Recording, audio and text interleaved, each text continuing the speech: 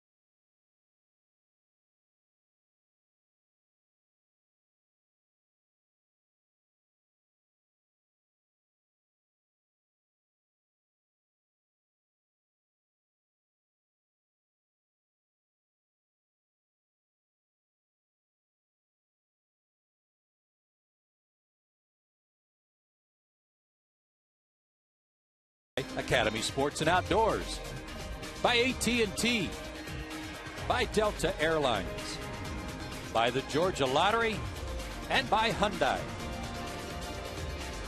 And it is a beautiful night here at Turner Field as the fans continue to file in, hoping the Braves can snap a little mini losing streak to these New York Mets. They've lost 4 in a row to them, And this is the last game of this three-game series. Joe and Ron back with you. And let's talk about Brian McCann. He's bidding for his 6th All-Star appearance. He's never started an All-Star game before, but he certainly has the numbers to back it up this year.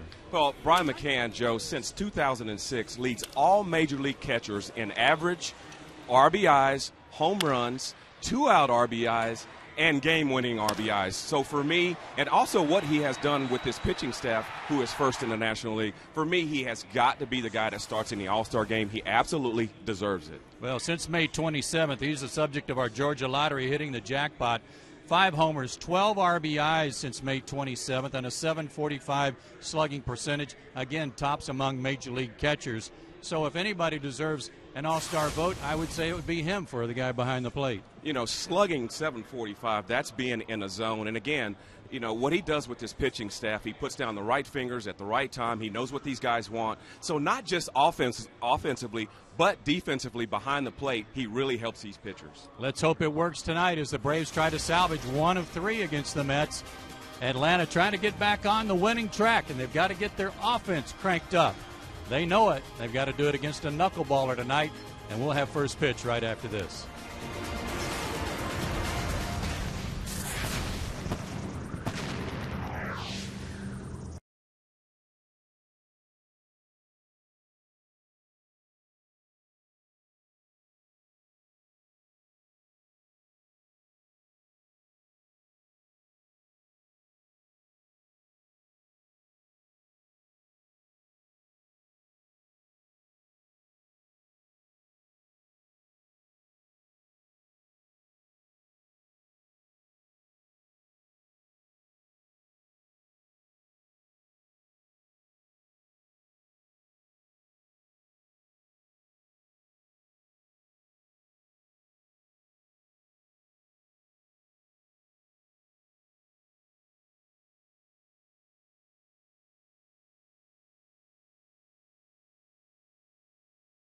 Blimpie by the home.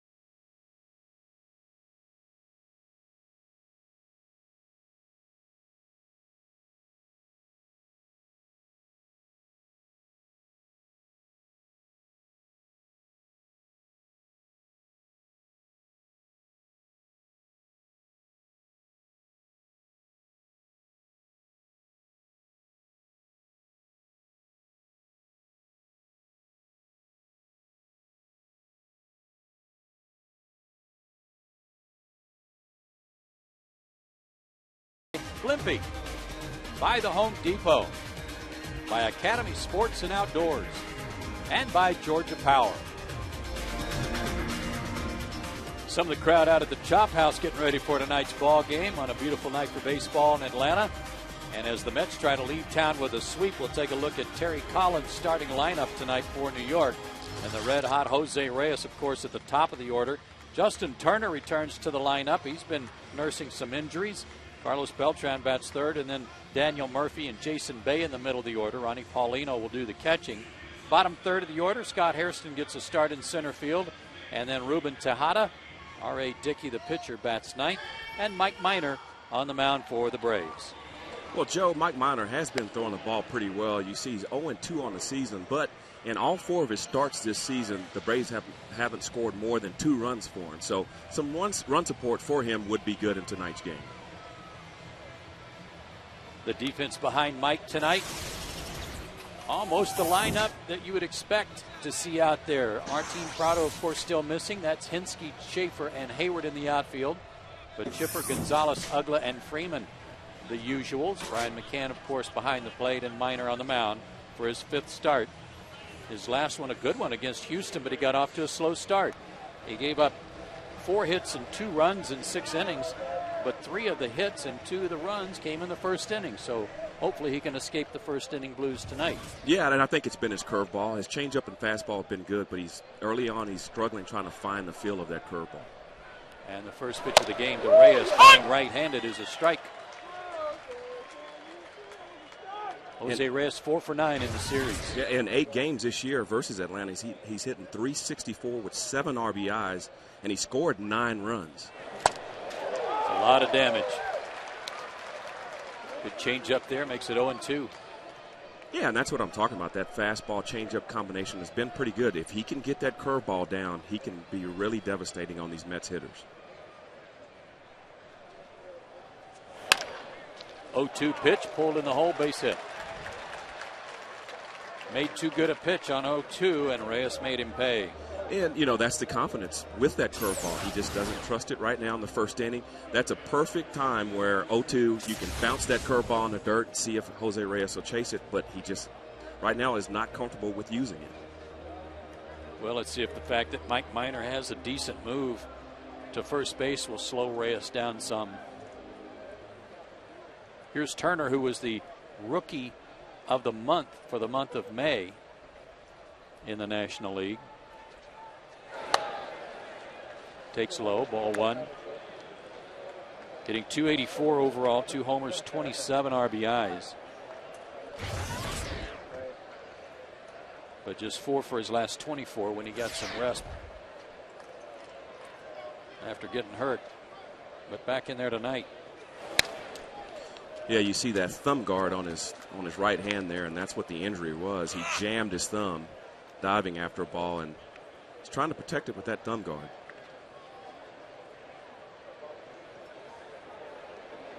Good looking player.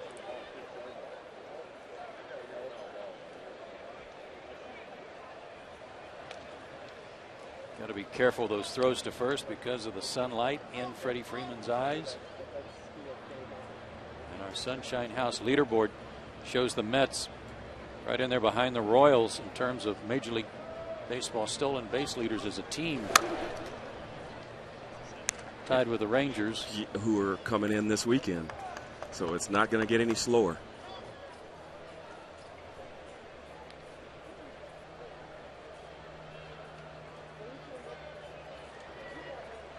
Just underway. Glad you're with us tonight.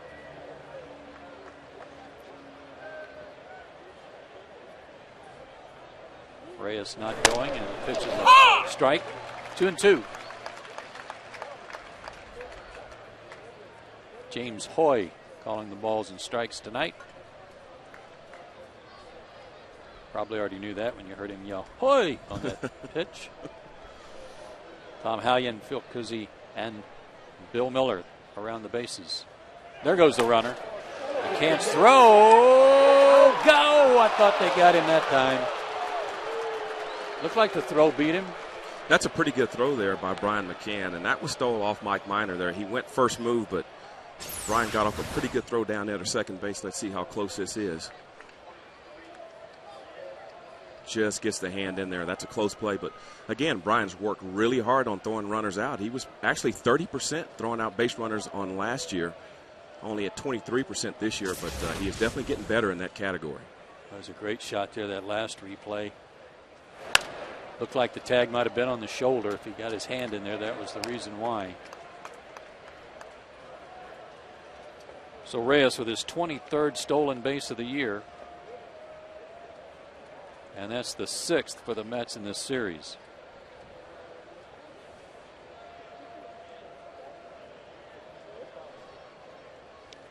Payoff pitch. Out of play. This is a good at bat by Justin Turner. You get runner in scoring position, less than 2 outs. There's no outs on the board right now, so he's just trying to take a shot to that right side. He's trying to give himself up, and that's what you have to do to win ball games. Those are the little things. Well, the Mets are playing good baseball right now. They're now 19-17 on the road, and they've won 7 out of 10. Not to mention the 4 in a row they've beaten the Braves. 2 in New York, 2 here.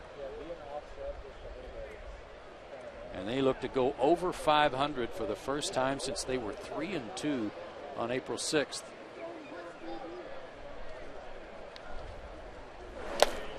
Walked him. So some more first inning issues here for Mike Minor, and it started on an 0-2 base hit. And Carlos Beltran, the batter. Joe, in 2010, the Mets only had 5 road series wins. Already this year, they have 6. Great improvement. And they really finished on a good note last year for the most part. They were only 4 games under 500 for the year. They finished at 79 and 83. Beltran bats right-handed, and he pulls one foul.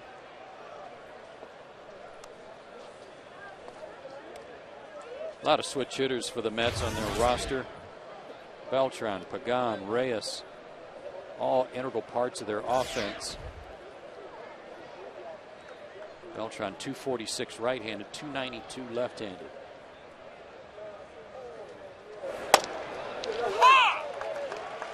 And Minor gets ahead of him 0-2. Yeah, and I think that's a big reason why the Mets do not struggle against left-handed pitchers, is because they have these switch hitters in the lineup that are able to turn around and hit from the opposite side of the plate and still do damage. Let's see what he does here. 0-2. Another pretty good pitch to hit, and Beltran fouled it back. Mike pitched a good game against the Mets last year. Beat him. He went 5 innings, gave up only 2 runs, walked 3, struck out 4. It's his only appearance against New York prior to tonight. Now they move one outside, 1-2.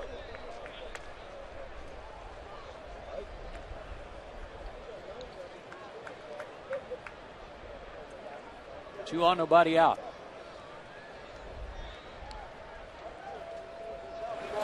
And got him with a changeup. Good pitch. First strikeout for Minor. Yeah, that's smart pitching right there. He set him up with that fastball inside early in the at bat, and then again away with that changeup. And he's got a really good one. The thing about it that makes it so effective is it has the same arm speed as his fastball, so it looks like a fastball coming out of his hand.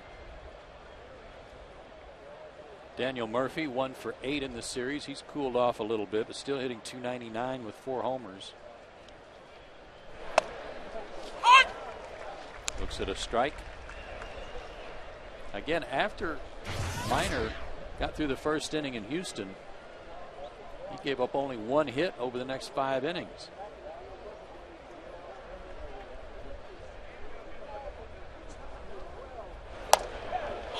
That fastball just missed. Well, you got to remember, this guy's still learning how to pitch at the big league level. He's still very young. And early in the game, like I mentioned, he probably has a little bit of nerves going and just has to settle down.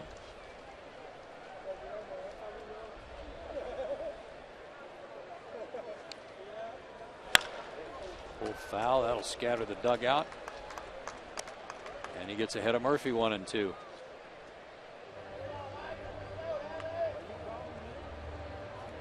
Pitchers into the dugout down there except for Terry Pendleton. So naturally they were running.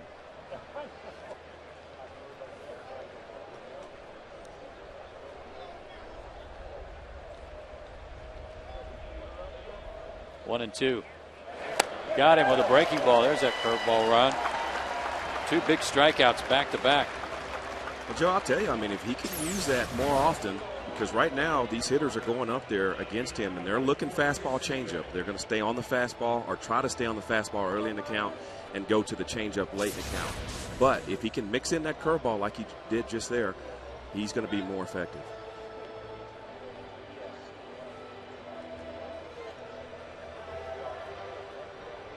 Brian McCann with some defensive signs for the infielders in case the Mets try a double steal as Jason Bay stands in.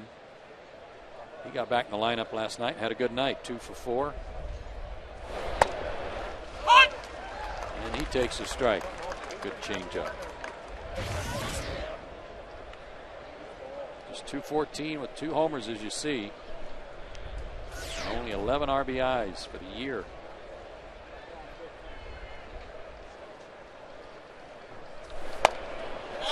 Just off. 1-1.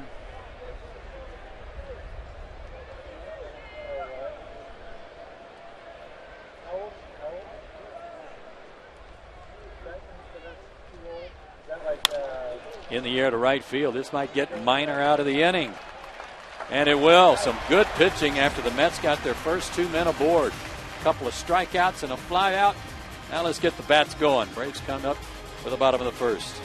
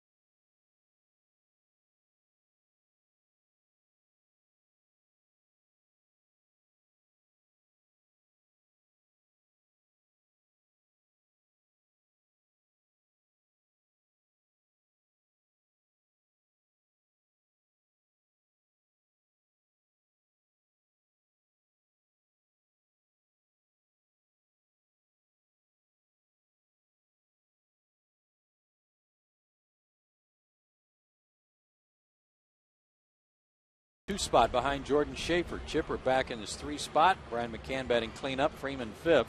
Then Ugla down to number 6. Hinsky, Gonzalez, and Minor round out the order against R.A. Dickey.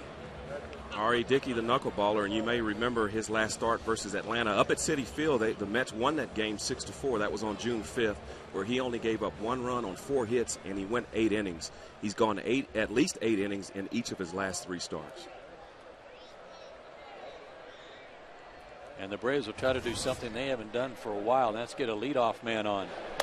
Jordan Schaefer leads off the game. He's 0 for 8 in the series, hitting .211, a homer and 4 RBIs. And leadoff batters are 0 for 18 in this series. And failed to get their leadoff man on base in the last 3 innings in Houston on Monday. 0 for their last 21 in that category. A little looper might end all that, though, and it'll drop. Schaefer with a big turn, but he'll hold it first. We just had to talk about it, that's all. So we talked about the on-base percentage in the open, and again, it has a lot to do with the guys at the top of the order. And Jordan Schaefer adds that energy at the top of the order, but as of late, he's been scuffling a little bit, but when he gets on base, he makes things happen. Jason Hayward marked his return last night, went 0 for 2.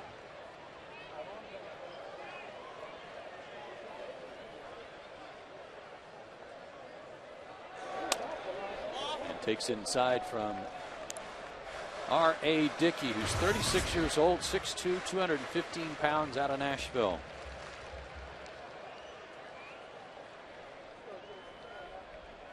Jason's 2 for 5 against him in his career.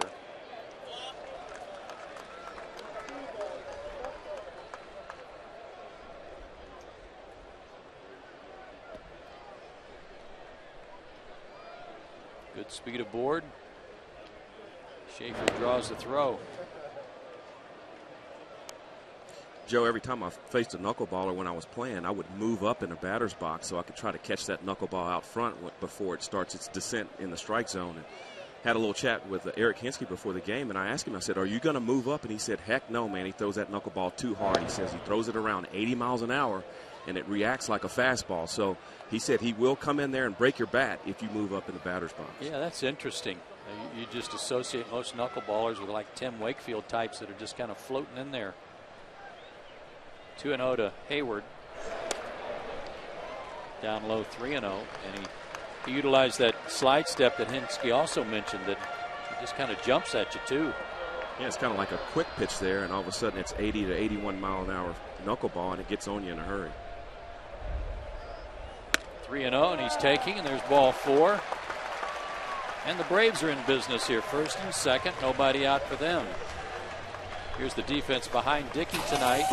Jason Bay in left. Scott Hairston gets the start in center, and Beltran in right. Turner returns to the lineup at third base. Then Reyes, Tejada, and Murphy around the horn back to first base. And Ronnie Paulino, the veteran, gets the start behind the plate.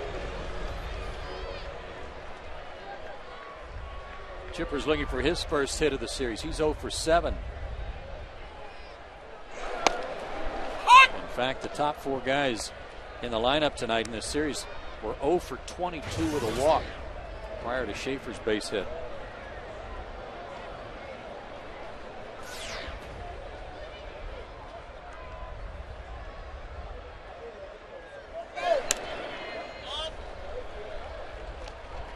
The Mets have done a good job on Chipper. They're showing him fastball in early, even though we have a knuckleballer tonight. But you see right there, that knuckleball's in. He's trying to get in on Chipper, and then they're going away soft late.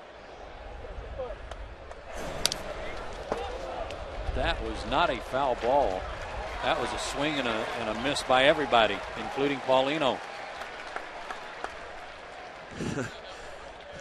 Chipper looked like he had chopsticks in his hand trying to catch a fly. Yeah.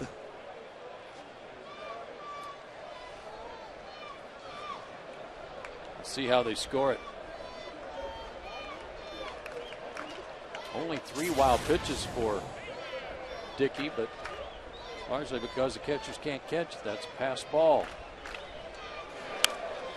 And Chipper just needs to put the ball in play. The infield back did concede a run for an out.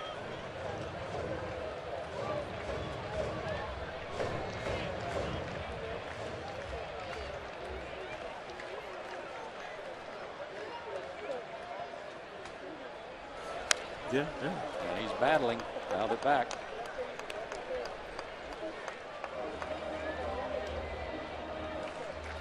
Chipper's faced Dickey before, 0 for 1, but has walked 3 times.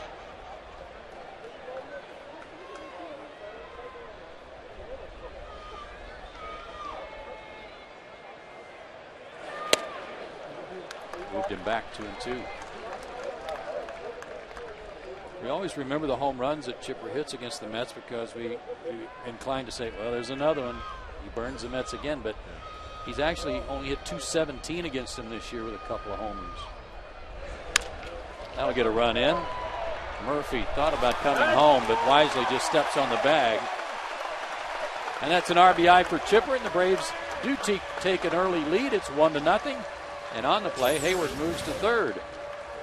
Well, Chipper, again, you see him bail a little bit there because all those knuckleballs that Dickey threw him were all inside. So you see that front foot kind of step over there towards first base, and it's a good thing that it was, because it was another pitch inside, and he anticipated it and got the job done.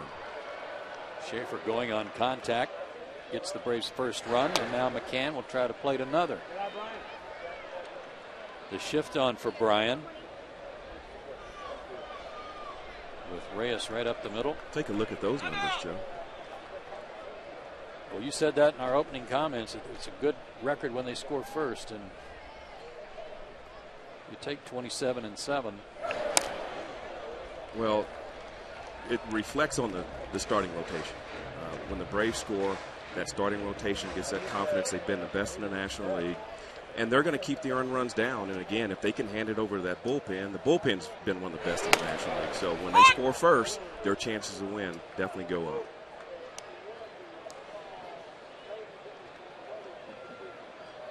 So at least one to work with for Mike Minor, and another one at third. Let's see if McCann can get Hayward in. 2-2. Brian told me about his approach with this guy, Ron, was I look the same for the same pitch 0-2 as I do 2-0, because you're liable to get anything, but you just got to look fastball and adjust.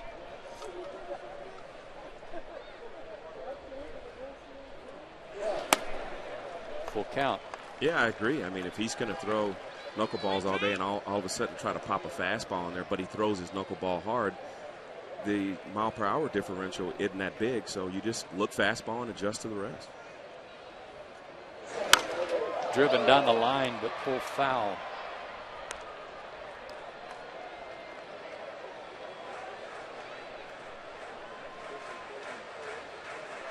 Ryan's average has dipped below 300 for one of the few times this year. He's at 296.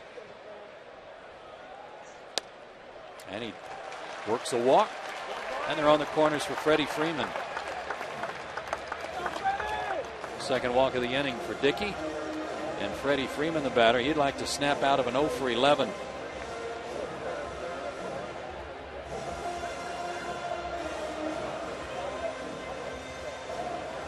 He's got some pretty good numbers against the Mets, though. He's hitting .339 with 11 RBIs in 15 games.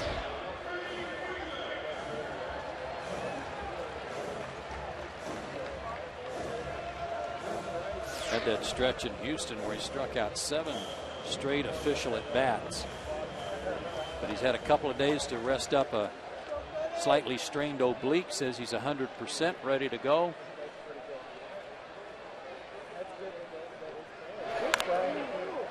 Couldn't get out of the way of that one. Foul ball.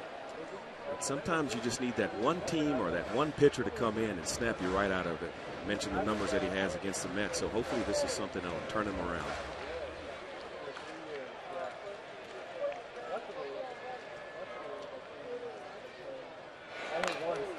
Another check swing.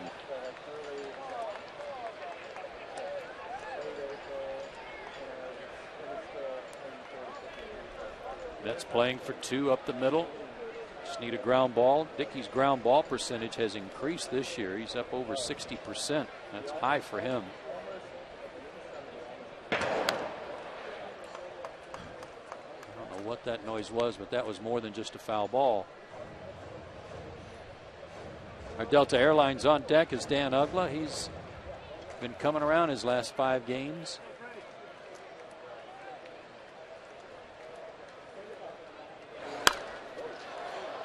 That is pulled high and far down the line, but foul. It's interesting to see what Dickey's going to do with Dan Ugla, because so far he's faced all left-handed hitters, and every one of his pitches have been inside of them. So is he going to work that same side of the plate against Dan Ugla, or is he going to try to come inside on him? Hopefully it's after this base hit. You bet. Wasted that one outside as the knuckleball floated away. 1-2 the count.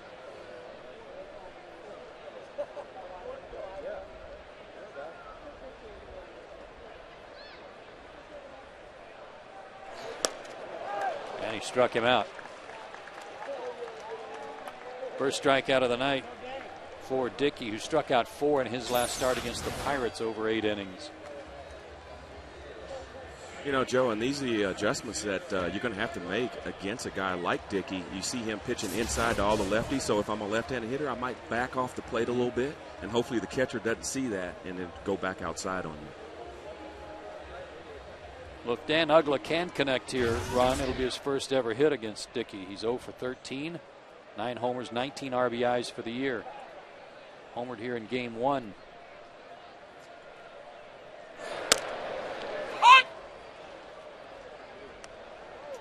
You'd also like to improve on an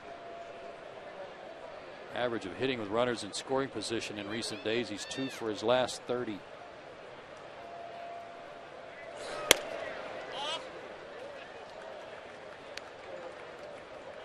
Not easy to call balls and strikes on this guy either. So James Hoy's got his work cut out for him with the ball dancing all over the place.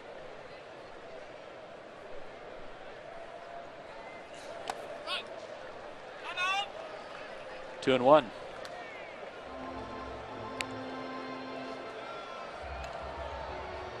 Braves have jumped on top.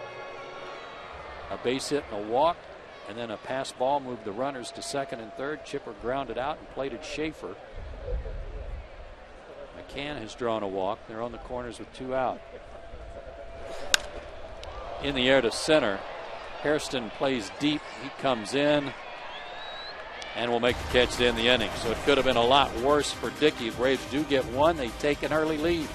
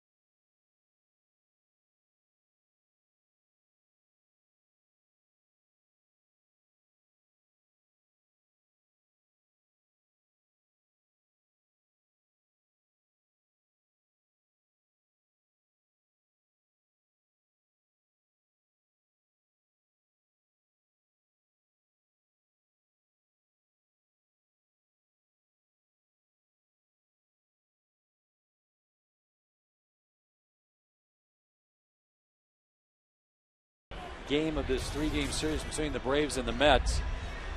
Phillies had a day game today with the Florida Marlins and beat them again.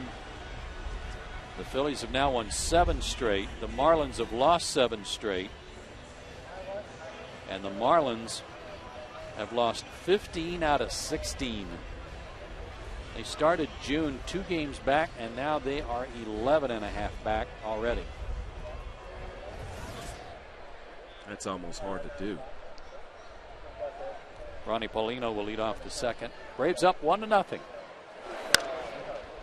And Mike Minor gets ahead of him 0-1. Cliff Lee threw a complete game 2-hit shutout at Florida today for the Phils. That's sliced out of play over behind the tarp. 0-2. What's scary for Philadelphia is they're just now starting to swing the bats. They're starting to get back to full strength. Utley back in the lineup. Jimmy Rollins back in the lineup. They're going to be tough to catch in this National League East, but with this Braves starting rotation, they can hang right in there. Good try on the 0-2 pitch, just missed.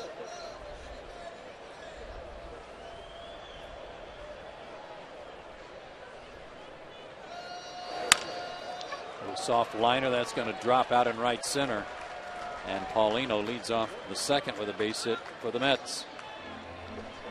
Here the standings, Ron, as the Phillies complete that sweep over Florida, and now they head to Seattle to open up some interleague play there tomorrow.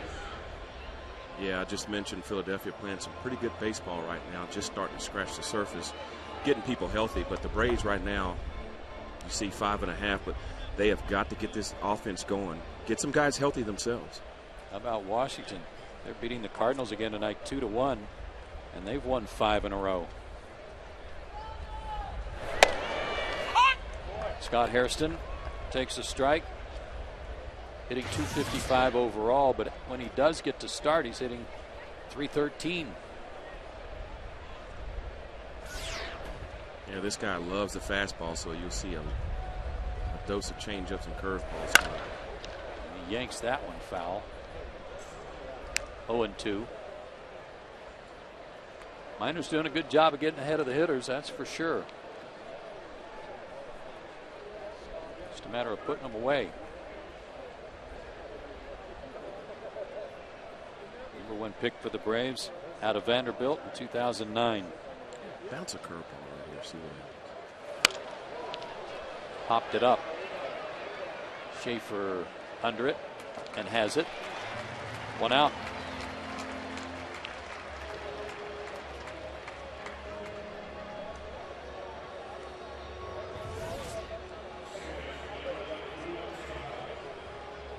nowhere near the gale force winds we had last night, but a light breeze blowing in from left field toward the Braves dugout tonight.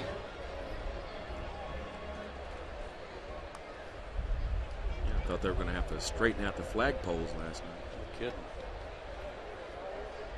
A lot of power outages in the Atlanta metro area last night too from the storms. This is Tejada, 0 for 8 in the series, but hitting .295.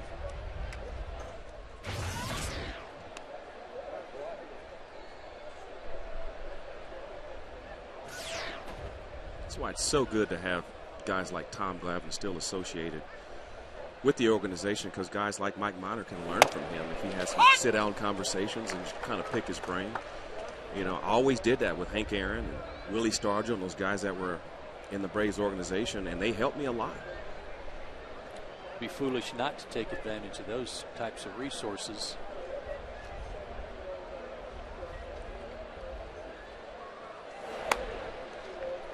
Two and one with the pitcher on deck.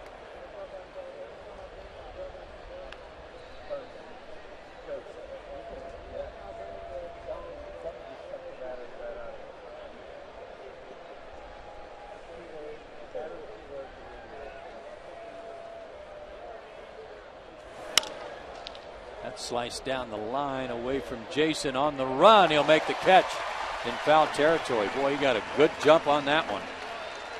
Nice play. Yeah, you mentioned those fresh legs after going on that rehab start. You're right, he got a great jump on. That's not an easy play, especially going into the sun. You got to see where the warning track is and where the wall is, and he played that ball really well. R.A. Dickey 1 for 22 on the year. Chokes up on the bat a little bit. Takes ball one.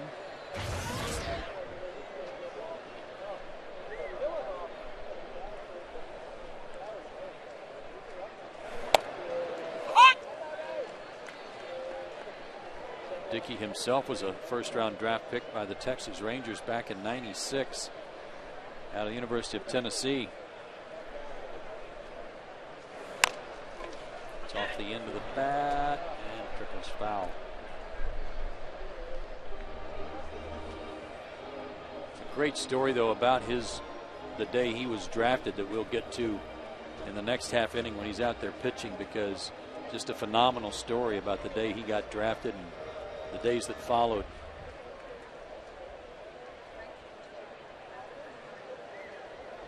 That's amazing.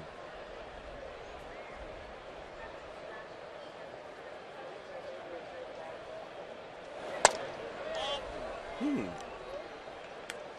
you got to give him that one. 2-2. That was pretty close there. Did I just hear that Tommy Hansen's been scratched? Hansen's supposed to start the series against Texas tomorrow. Has been scratched with right shoulder tendonitis. A soft liner off the bare hand of Minor, picked up by Alex, and they still got him. What a recovery by Alex Gonzalez after the ball went off the bare hand of Mike Minor.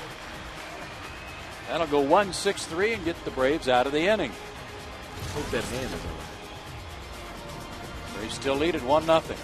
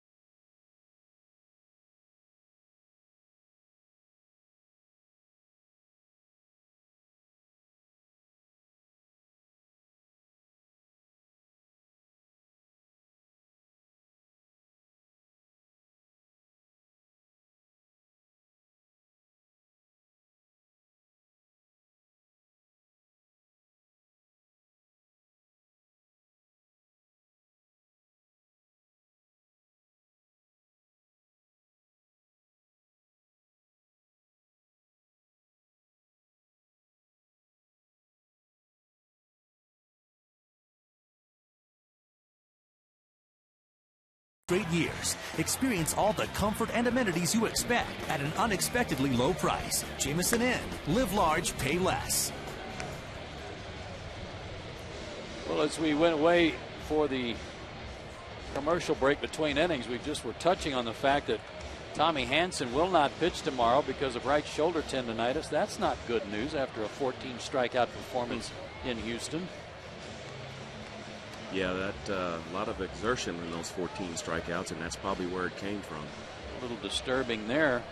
Randall Delgado will make his major league debut instead tomorrow night. He was scheduled to pitch tonight for Mississippi in Double-A, but instead he'll pitch tomorrow for the big league club. Eric Hinsky leads off the bottom of the second. Eric's 0 for 7 in the series, hitting .262, 8 homers.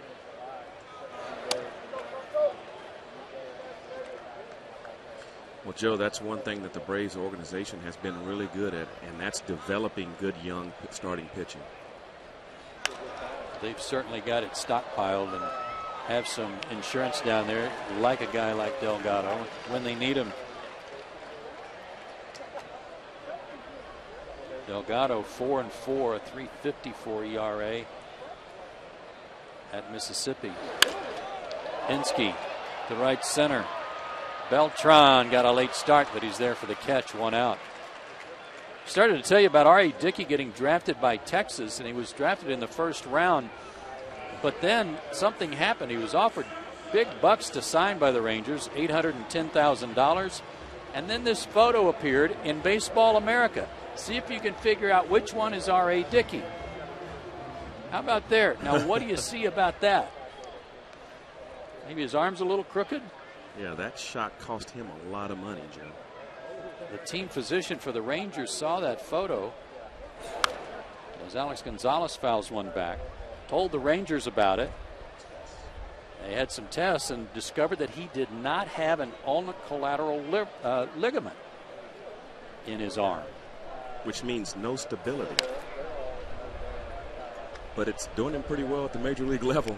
So take a look at this picture again. This picture did him a lot of harm because instead of an $810,000 offer, they signed him for $75,000 because of this picture. That led to some tests. Gonzalez down on strikes.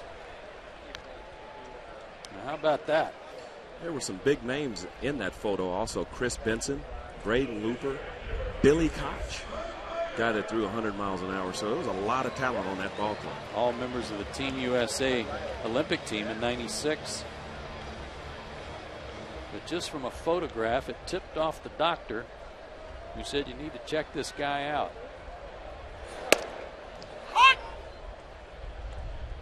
Whether or not he was born without one or had it detached at a young age and just pitched without it, who knows? I knew I had one because it always hurt.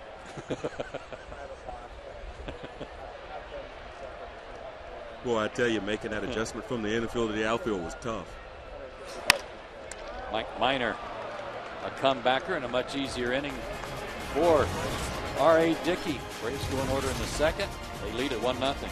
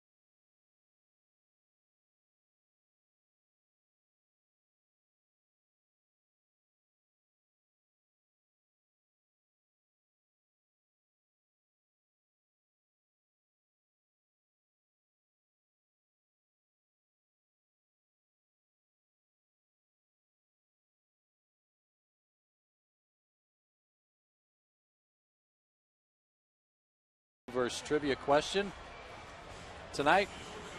It's around Brian McCann. Name the last 2 catchers to be selected to 6 or more consecutive All-Star games. I know one right off the top of my head.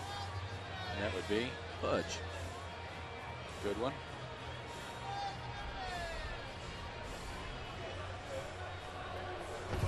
Last 2. Piazza. Playing the Mets. I like that too.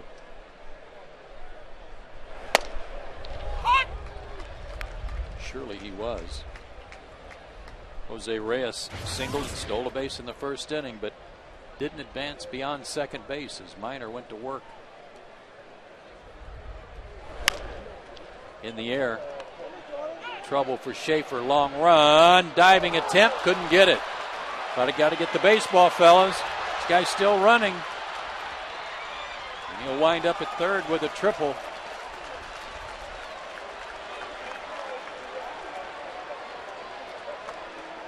When Schaefer made the diving effort and laid out for it, it was up to somebody else to get the baseball. Well, you see Alex gives way there, and he never takes a look back to see if Schaefer actually caught the ball or not, and that's why it sat there for so long. That's too long of a run for Eric Hinsky to get to that ball early. That was just a weird play there. Alex actually turned his head away and didn't realize that he was the closest guy to the baseball. So that goes as a triple on what was just a bloop. Turner walked his first time up, has a chance to tie the game. And we talked about Terry Collins last night, and that's an indication of these guys playing baseball the right way. He mentioned, if you don't want to be here, we'll get you out of here. And they're playing really hard baseball right now. And that triple right there, you see Reyes got out of the box. He never stopped running. He was full speed as soon as he left the batter's box. That's already his 12th triple. That's incredible. Well, Mike did his best pitching in the first inning after there were runners at first and second and nobody out. And he gets ahead of Turner 1-2.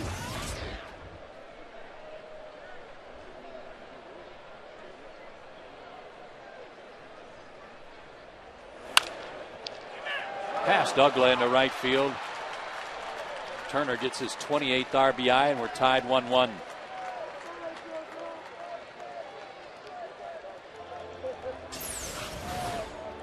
Well, we mentioned what speed will do for you, but this is a mislocation on the pitch by Mike Minor. Brian McCann sets up way inside to see if he could get in on Justin Turner, but that pitch sails back over the middle of the plate. You can't do that to major league hitters with runners in scoring position. So what turns out to be more or less a gift run there ties the game, and Beltran, the batter, he struck out his first time up.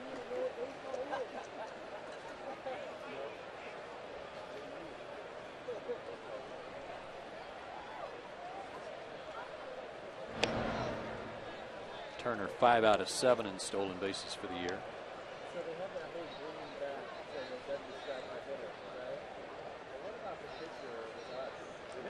This year against Mike Minor, leadoff men are 12 for 25 against him. And that's working out of the stretch a lot.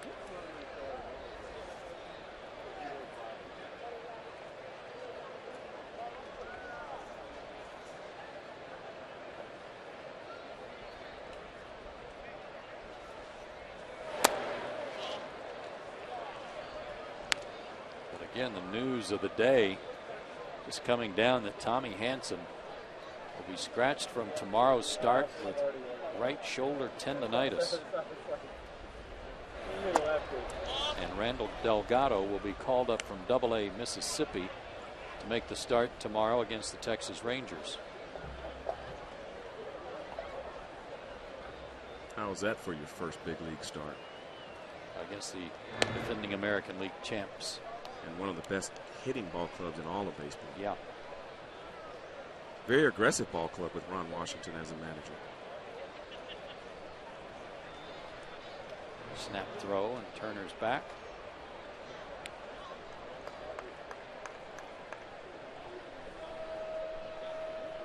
the Mets go home and start interleague play against a couple of West Coast teams. They have the Angels coming in for 3, a day off, and then they host Oakland.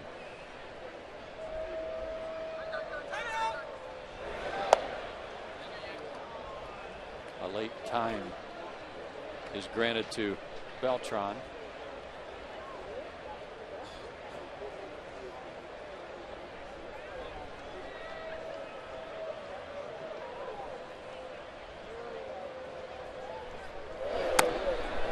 Changeup missed, 3-1. Still nobody out in the inning.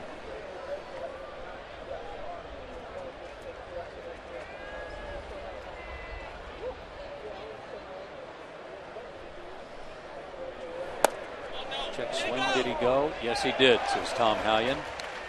On the back foot breaking ball, 3-2. I like it. You know, I was saying earlier that they're sitting on that changeup away, and if you can throw that breaking ball hard inside to some of these right-handed hitters, you'll keep them off balance. See if Turner's running here. He is not. Pitch is belted deep, but foul down the left field line.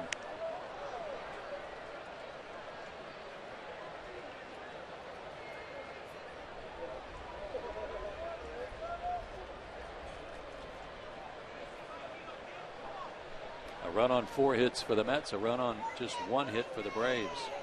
Runner is going this time, and this one's lifted high and deep down the line, near the pole, and foul into the Mets bullpen. You might want to try something different. I think he's looking in there now.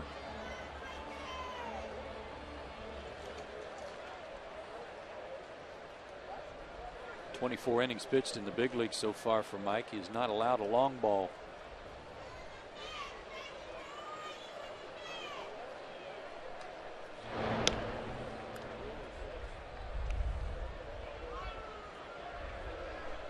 Turner was kind of expecting that move. How about throwing over there again?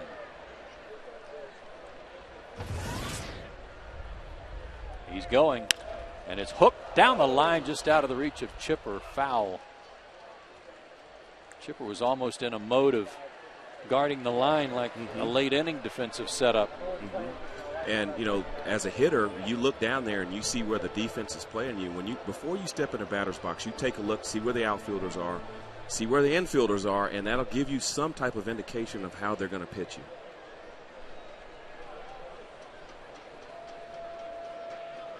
Need every advantage you can get in this game.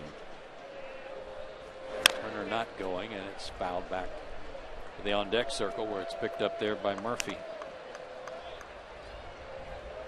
Beltran 2 for 8 in this, or excuse me, 2 for 9 now in the series. Both those hits came in game 1.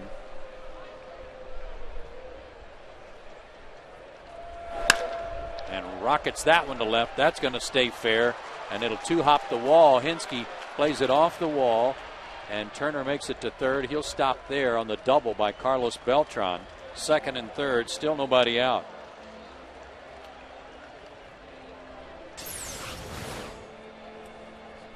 Yeah, again, I mean, this is a mislocated pitch here by Mike Minor. McCann set up a little bit away on this pitch, and it runs back over the plate. And you know he has to throw a strike there in that situation, but you want it to be on the corner away.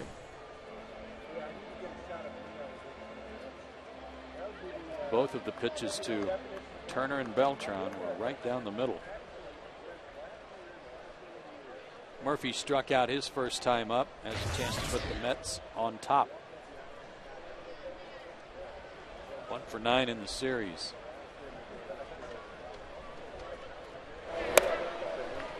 As a major league hitter, I mean, that's where we make our money as a hitter. You make your money on mistakes. Guys like Glavine didn't make many mistakes. Roy Halladay, he doesn't make many mistakes. It's those guys that are able to throw all their pitches anytime they count where they want to. In the air to left center field and fairly deep. This will get the go-ahead run in. Schaefer will make his throw into third base as Turner tags and scores, and Murphy gets his 22nd RBI of the year on the sacrifice fly, and it's 2-1 New York.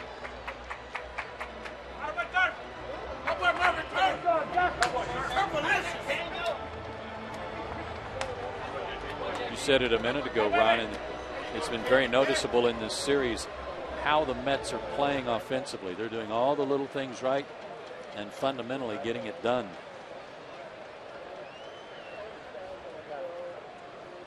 Jason Bay takes inside.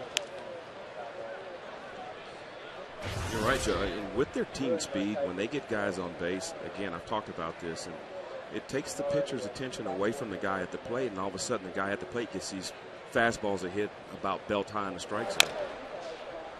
Right now, the Mets are taking advantage of all those pitches and their base running.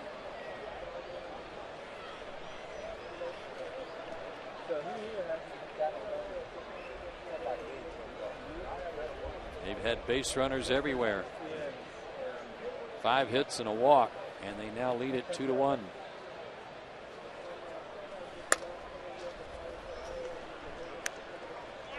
The Mets have won 8 of their last 11 games and are 6-3 on this road trip. It's a good trip.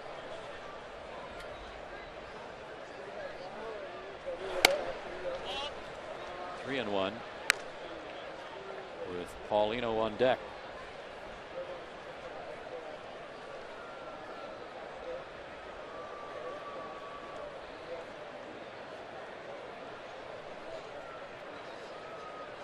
Runner goes, and the pitch fouled back. Nobody paying attention to Beltran, and he was going to be able to waltz into third base.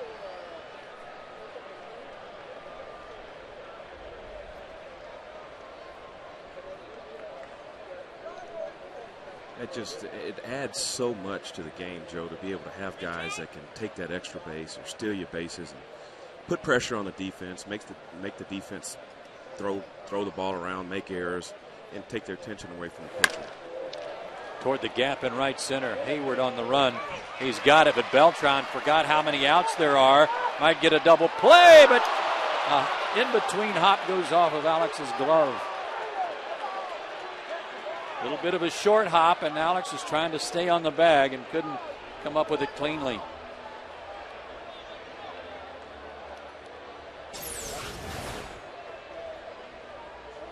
Yeah, it's important for the center fielder, Jordan Schaefer, right there, is letting Jason Hayward know that he is too far off the base. So makes the throw to second base. But that's a tough play for Alex Gonzalez because he is trying to stay on the base and catch that short hop at the same time. Beltran very lucky there. That's a case where a base runner got a good hop.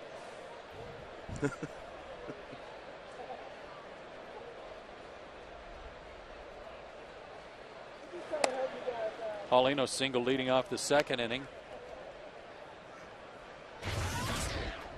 Count 1-1 to him.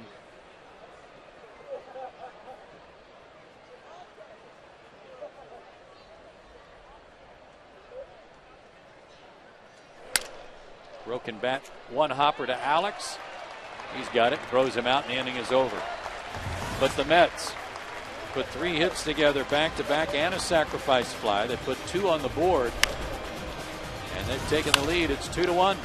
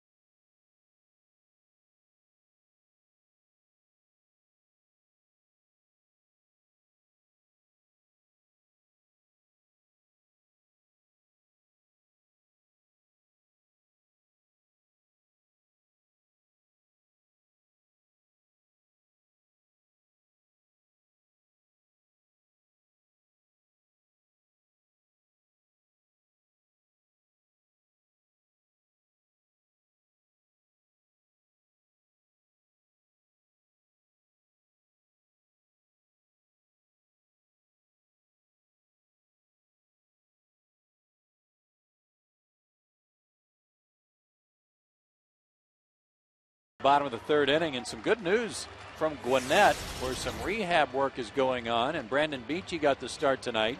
He's worked 3 innings, gave up 2 hits and a run, walked 1, but he struck out 5 in his 3 innings. And Nate McLouth in his first rehab game, 1 for 2 with a single and an RBI, and he has scored a run. So good work by those 2 gentlemen. Well, the Braves bats have to go back to work. Atlanta trailing 2-1. Jordan Schaefer single leading off the ballgame for Atlanta and scored a run. Went to second on a walk, went to third on a pass ball, scored on a ground out by Chipper.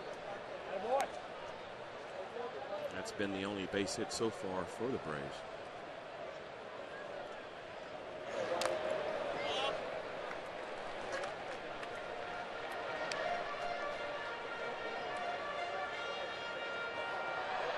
Well, that's going to be interesting when Nate McLouth and some of these guys get back. And I know it's a good problem to have for Freddie Gonzalez, but that infield is going to be a log jam there.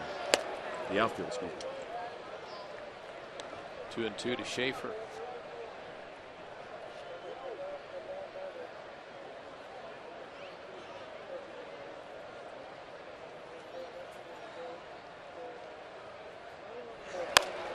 Little slicer to left, another base hit for Jordan.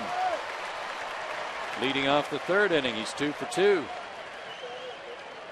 Joe, during batting practice, I stood back there when his group was hitting. In the last 2 rounds that he took, he never pulled anything to the second base side of the bat. Everything he hit was to left center and to left field. So to me, what he's doing tonight in the ball game is a result of what he did in batting practice. Took it right into the game. That's good work. Hayward walked his first time up.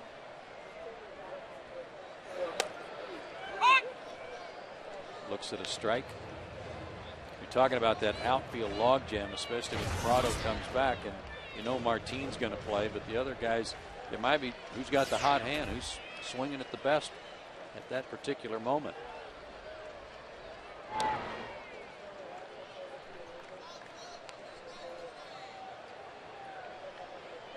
Schaefer is 7 out of 9 in stolen bases.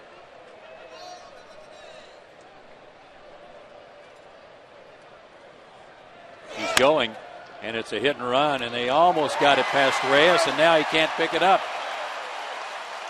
Jordan tried to go to left field with Reyes covering. Looked like Reyes was going to make the play, maybe even have a chance at a double play, but he boxed it. That's the kind of baseball I like to see. I love seeing Jordan Schaefer get on base. He's a threat to steal. That's good old-fashioned baseball. You hit and run. It gives you an opportunity to use your offense more effectively. And Freddie Gonzalez sees that in Jordan Schaefer, and he puts him in motion there, a little hit and run with Jason Hayward to get him going. If they can do that more often, they will score more runs. 9th error on Reyes. Chipper, an RBI in the first inning with a ground out. His 36th of the year. 36th RBI. A good start to the third inning.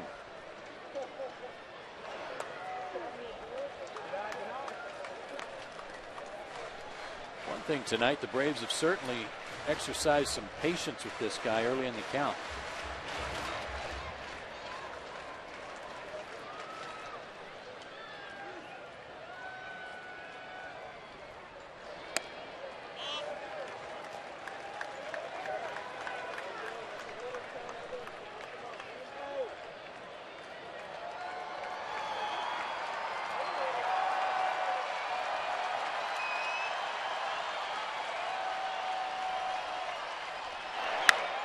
Swung on and driven to deep right. Chipper got a hitter's count. Headed for the bullpen. Gone!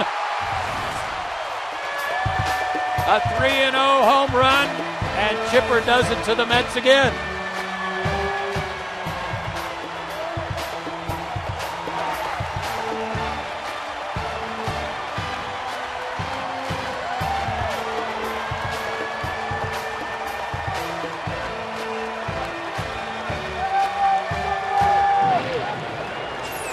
Chipper is just so intelligent as a hitter. He knew right there that early in the count he was going to make him throw strikes, and 3-0 he knew he was going to get a straight fastball. He was sitting there ready for it. He got it and did not miss it. His 47th career homer against the Mets. And his 7th of the year. 4 RBIs on the night. And the Braves back on top, 4-2. McCann turns out of the way of that one, 2-0.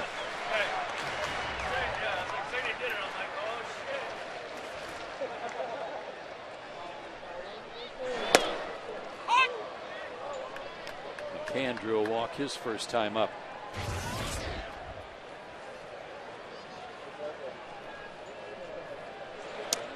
That's the 9th home run allowed by Dickey this year.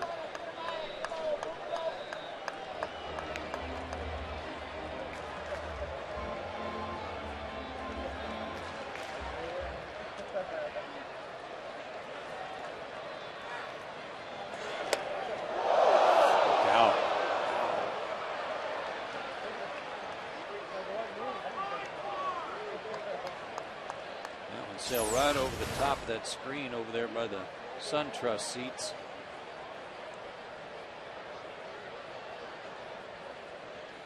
Count goes 3-2. Back.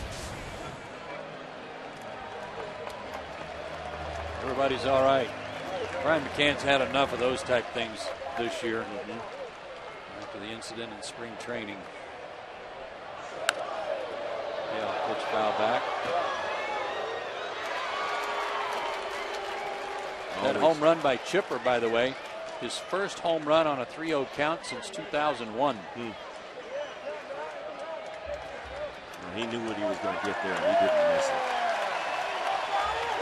What I was going to say, Joe, I thought they should extend the screen behind home plate a little bit further out, maybe towards the edges of the dugouts.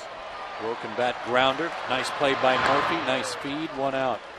I agree with you, Ron. I know that probably upset some fans with respect to foul balls, but from a safety factor, I mean, I'd make fans mad because I'd run it all the way across the top of the dugout, too. Yeah, I mean, some of the injuries that have occurred over time have been those seats right behind the dugout and those screaming line drives that guys are late on. And, you know, it's very dangerous. And I always, for safety reasons, I thought they should extend the screens out.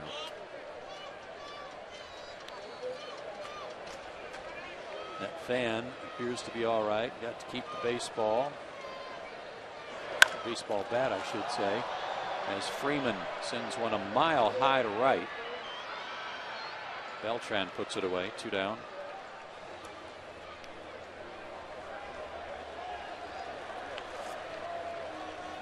Four to 2 Atlanta. Chipper's driven in 4 runs tonight.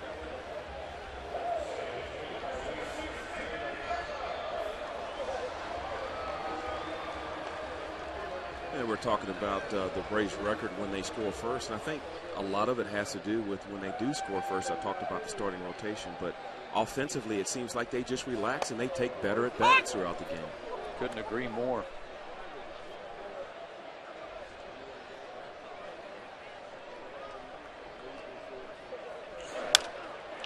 Ugla sends one high into center field. Hairston is there, and that'll end the inning. But a single, an error, and then Chipper's 7th homer of the season.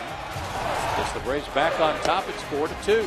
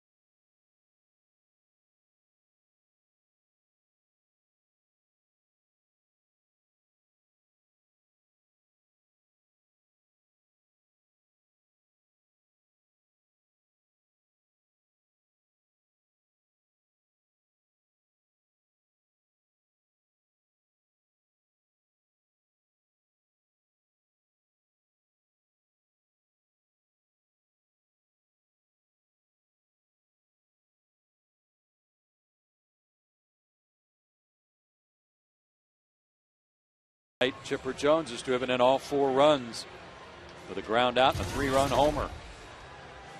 And the Braves lead it 4-2. Mike Minor has the lead back. Needs to have a shutdown inning and get his offense back up there. Bottom third of the order, Hairston, Tejada, and the pitcher due up. Hairston flied to center his first time.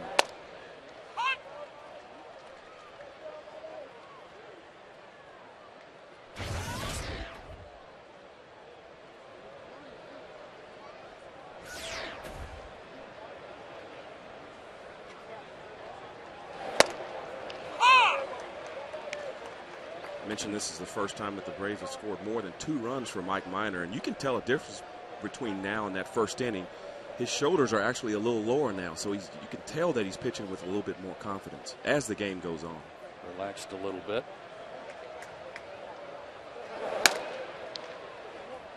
A ball and 2 strikes.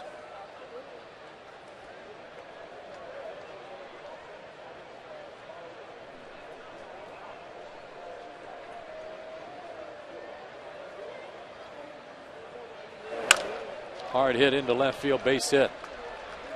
This time on a 1-2 count. And another leadoff man on for the Mets. That's 4 straight. And that's 5 2-hit strikes tonight for New York.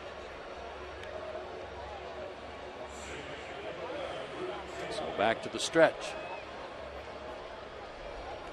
Yeah, again, I'd like to see him throw that curveball a little bit more. I know right now the Mets hitters know what he's going to throw. He's going to go fastball and he's going to go changeup.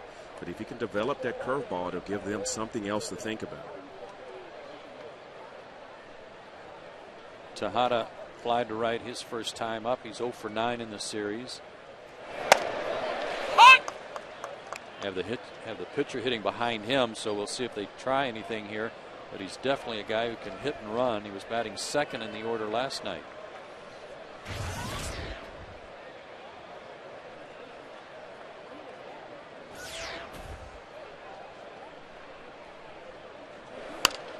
Tries to go that way, near the line, and just foul. Whew. That was close.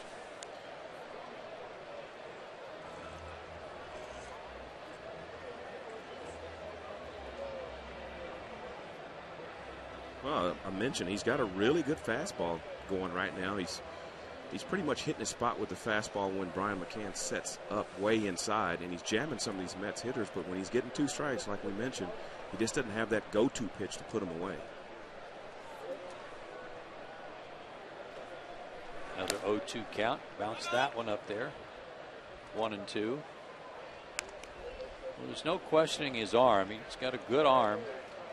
He's twice this year been the International League Pitcher of the Week, including a start on June 5th against Buffalo at home, where he went 8 innings of 1-hit shutout ball and struck out 9.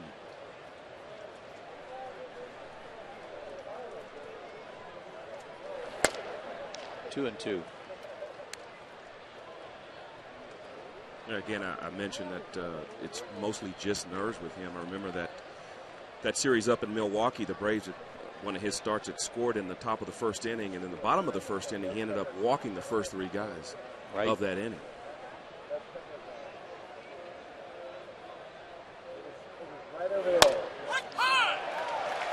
Tejada takes one right there. Strikeout number 3 for Minor.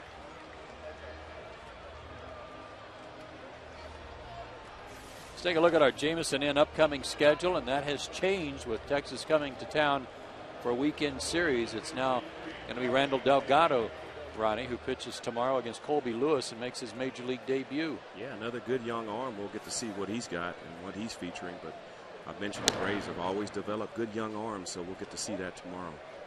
I actually talked to some scouts the other day who had been watching the Braves minor league teams, and every one to a man raves about Delgado.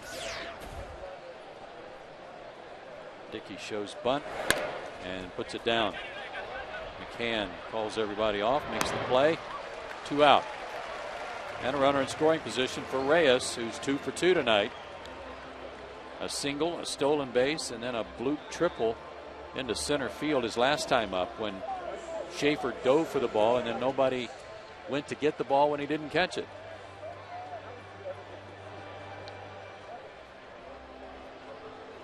That sacrifice, the 5th of the year for R.A. Dickey.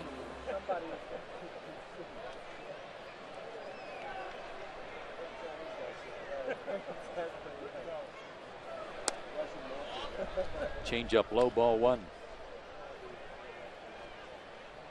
If the Mets had gotten off to a better start this year, we would probably be talking about this guy being the MVP so far. And that may still come around. They're definitely playing good baseball right now.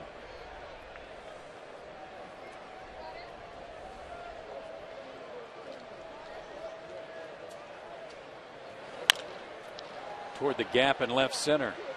Schaefer says he's got it, and he does, and the inning is over. Mets strand a runner in scoring position. We go to the bottom of the 4th. Atlanta on top 4-2.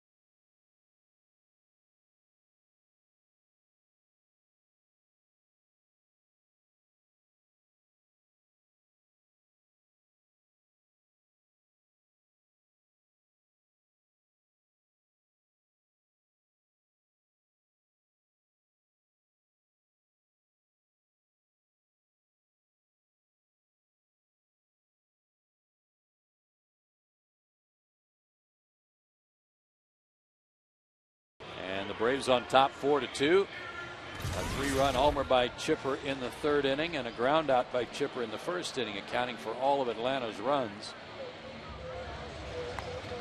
Eric Hinsky, Alex Gonzalez, and Mike Minor due up the bottom 3rd of the order. That home run by Chipper, his 443rd of his career.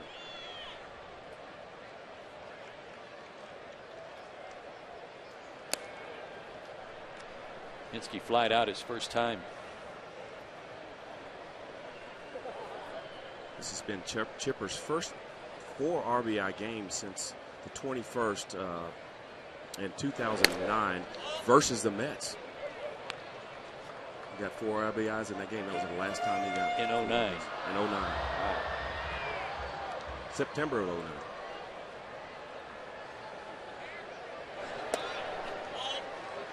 (3-0) to Hinsky. It was on a 3-0 count that Chipper was turned loose and hit a homer.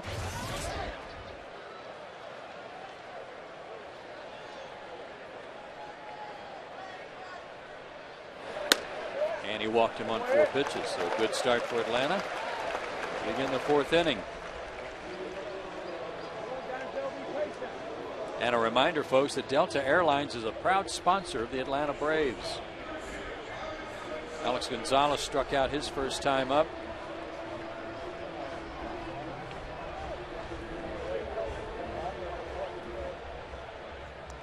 The walk to Hinsky is the 3rd issued by R.A. Dickey.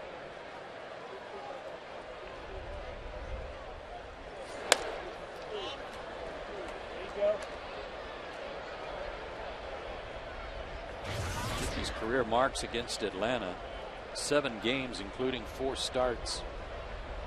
It was 1-2, and that win came on June 5th, and a 4.4 ERA.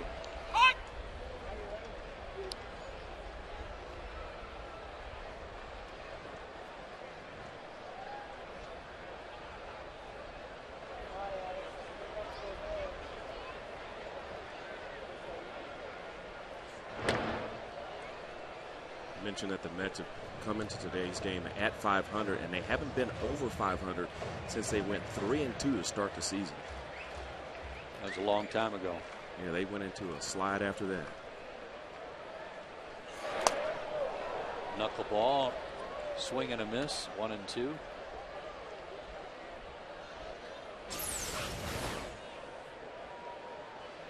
that one had a lot of break on it there. This knuckleball almost reacts like a slider.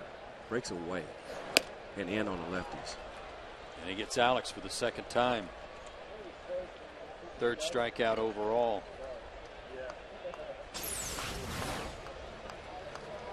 Climb the ladder on him on this one, and you see how the catcher Paulino frames that. It's actually he moves his glove to the right, which means that ball's breaking that way. I've seen a lot of those pitches breaking to the lefties and away from the righties tonight. Mike Minor is going to try to move a runner up, and he bunted right through that one. 0-1.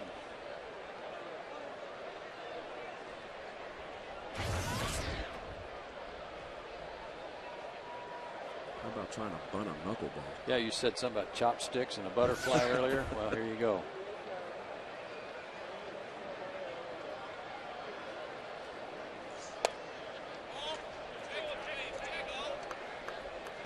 Oh, 0-2. He didn't go after it. I think he's shown him 2 fastballs actually so far.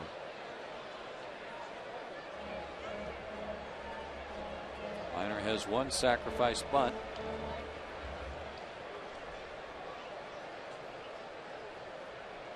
Needs to give Schaefer a chance here to drive in a run, move him up. That's taken high, 1-2.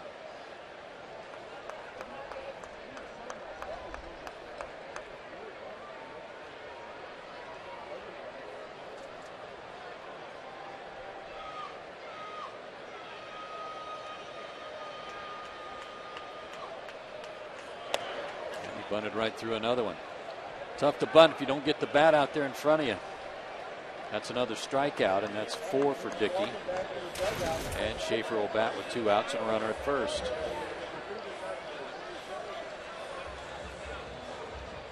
We're talking about those little things that the Mets seem to be doing right now and how it's helping their offense. Braves need to do the same thing when they are asked to. Yes. Schaefer's had a good night. 2 for 2, 2 runs scored. You're right, Joe. It's going to be hard to ask Eric Hinske to steal second for you, because if Schaefer gets a base hit, you could score on that if you're in scoring position. So that's where those little things come in.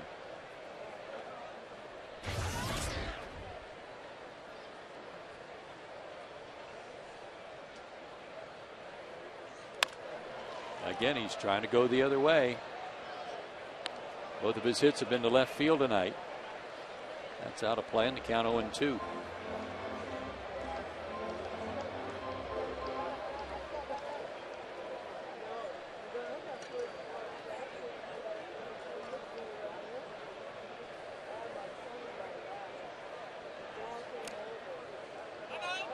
Knuckleball in the dirt. We'll take that. A pass ball, raw pitch, either or. I wouldn't mind seeing Hinske run here, Ron, just because the count's against Jordan, and if Hinske gets thrown out, you get Jordan to lead off the next inning. Right. But he's swinging, and another base hit. He's 3 for 3. And Mike Minor's over in the dugout, beating himself up because he didn't get that runner to second, or it would have led to another run. Well, this ball's hit pretty sharply by Jordan Schaefer here, so it'd be hard to see if Eric Hinske would score on that play. But again, that's a chance that you'd like to have if you can do those little things and get that runner to second base. A 3 for 3 night for Jordan Schaefer. Hayward has walked. He's reached on an error. He's scored a run.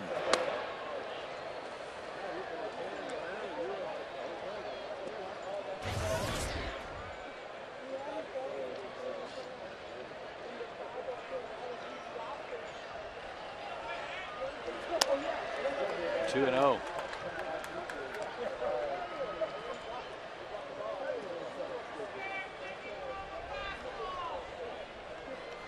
Hinsky at second, Schaefer at first, 2 out.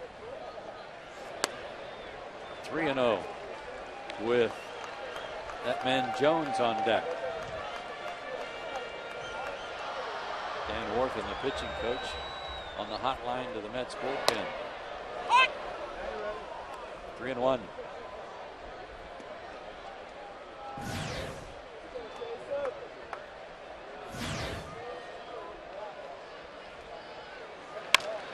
To the right side and through, base hit for Hayward. Hinsky's going to be waved home. Beltran comes up throwing, and the throw is late. 5-2 Atlanta, and Jason Hayward has his first hit since he's come back to the active roster.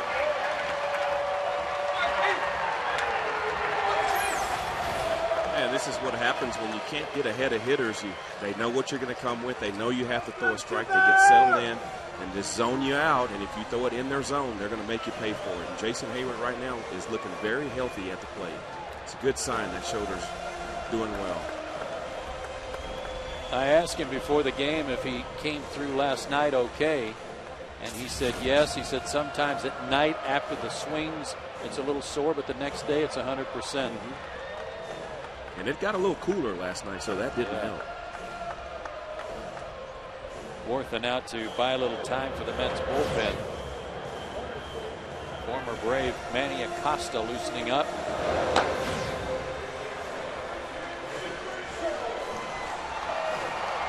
So a run in, and they're on the corners with 2 out for Chipper, who on a 3-0 count his last time up hit one right over the top of the 390 mark in right center.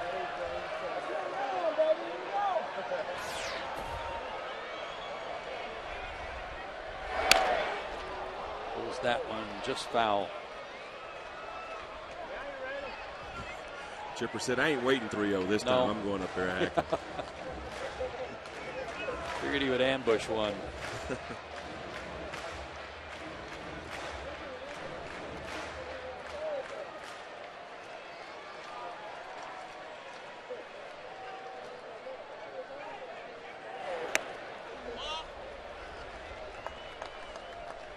That evens the count. 1-1. Chipper up to 39 RBIs, 7 homers.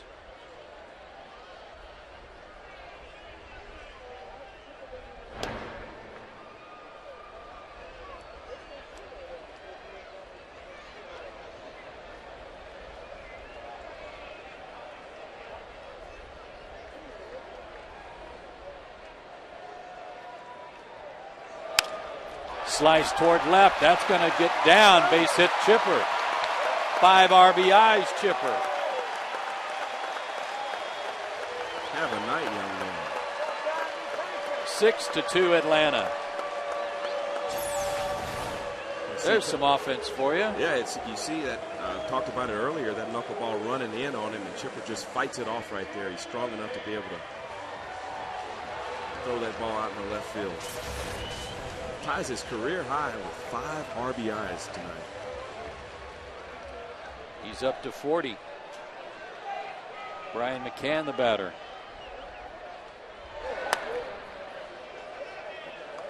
There's somebody else that's up to 40. Video coordinator Rob Smith of the Braves. He's up to 40 tonight. Who'd have thunk it? Yeah, his wife Carmen says, "Happy birthday, Rob."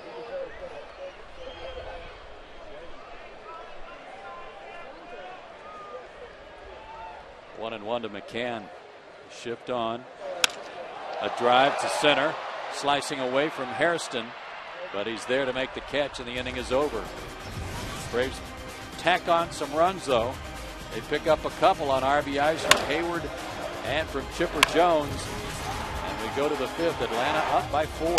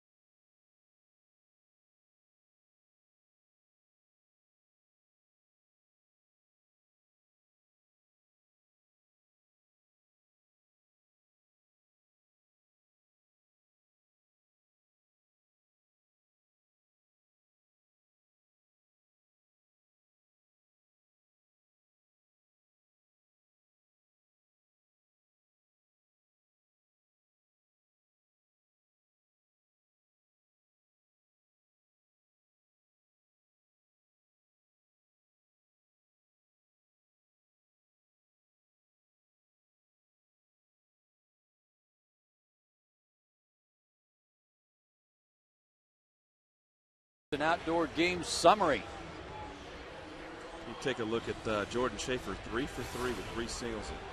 And this is the big blow of the night so far. Chipper's 3-run home run in the 3rd inning after a single on an error. And he did not miss this pitch 3-0. A fastball right down the middle by R.A. Dickey. I think watching Dickey's reaction before that ball even left the infield, he didn't have to watch to see where it was going to land. Justin Turner leads off for the Mets in the 5th inning. Mike Minor now with a 4-run lead. Turner has walked, singled, and scored a run. He's driven one in as well.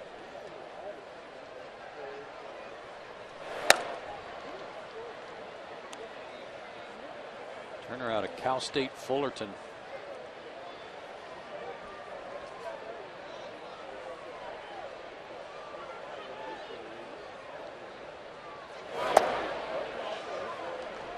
Played in the College World Series. That starts this weekend, doesn't it? I believe it does, yes. Some interesting teams in that tournament this year. Southeastern Conference and the Atlantic Coast Conference represented nicely. 3-1. My Longhorns are in it also. Gotta love it. You know what you can do with your Longhorns. I can root for them. Yeah, you can root. 3-1 pitch is out of play. World Series starts tomorrow. Vandy against North Carolina. And your Longhorns. Yes. That team against Florida. Sunday it's Cal against Virginia. Game 2 Texas A&M against South Carolina. Full count, out of play. So both Texas and the Aggies in the World Series. I'm not sure that's happened before. It's a little bit of a rivalry there.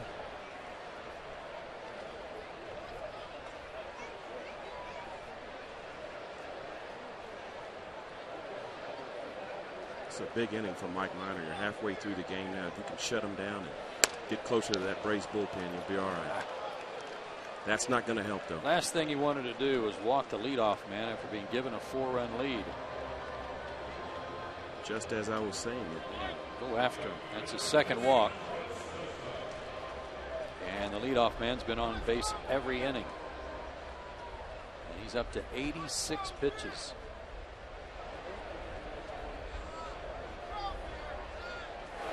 Braves bullpen beginning to stir a little bit, and McCann will go out and have something less than a cordial chat with the left-handed pitcher.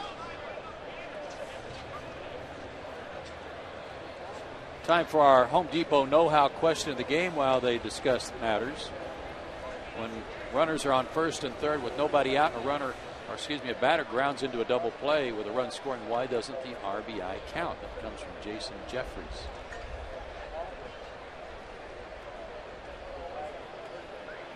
First the pitch to Beltran. And it's 2-0. Well, that's the rule. Yeah, that's the rule, Jason. You don't have to like it, which I didn't as a hitter. No, but I think the punishment is there that you've just caused 2 outs. You don't deserve an RBI.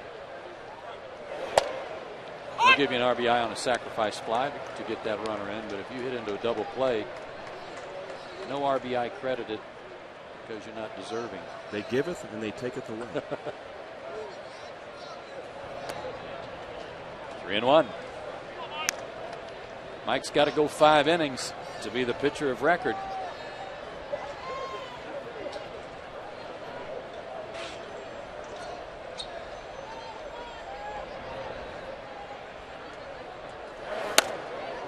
Back-to-back walks.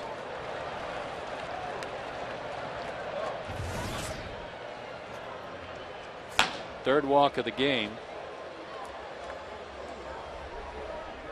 And his 14th of the year in 27 innings. Scott Proctor is loosening up in the Atlanta pen, and he's not ready yet. You can tell he's not even throwing off the rubber yet. That may be accelerated quickly as Roger McDowell goes out to buy him some time.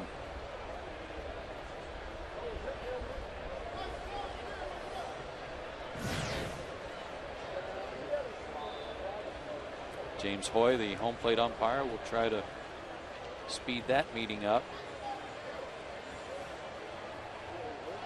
Well, this is nothing a ground ball won't cure. James Hoy doing a nice job there of allowing Roger to conclude his comments.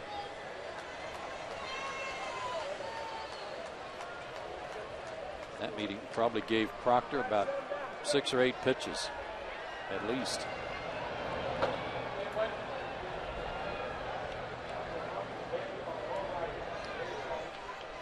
Billy Wagner said you ought to be ready to come into a game after about 6 or 8 because you're going to get 8 more on the mound. First pitch swinging is Murphy, and he lines that right at Jason Hayward. Turner's going to tag in advance. Alex cut the ball off. I don't know if they had a play at third base or not, but it doesn't matter. 1 out. Double play in order for Jason Bay. Well, I tell you, when you're not throwing strikes as a pitcher and the hitters up there know what you're going to come, they know when you have to throw a strike. That ball was smoked there, so he needs to get ahead of these hitters again and try to finish them off late. And from our high third camera angle, you could tell that that throw was going to be off the mark and needed to be cut. Good work over there by Tex Fay.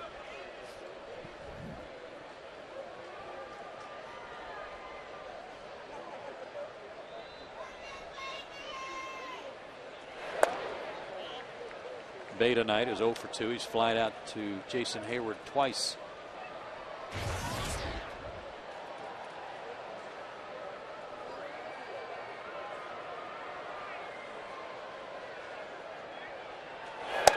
There's a strike, 1-1.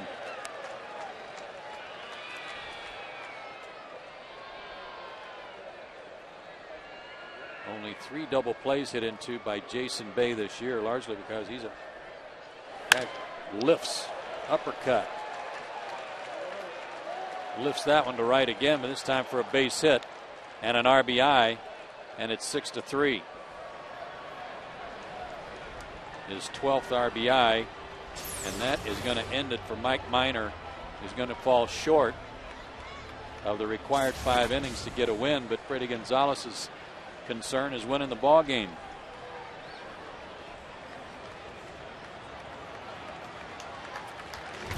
So Mike Minor's night is over. We'll be back after this pitching change.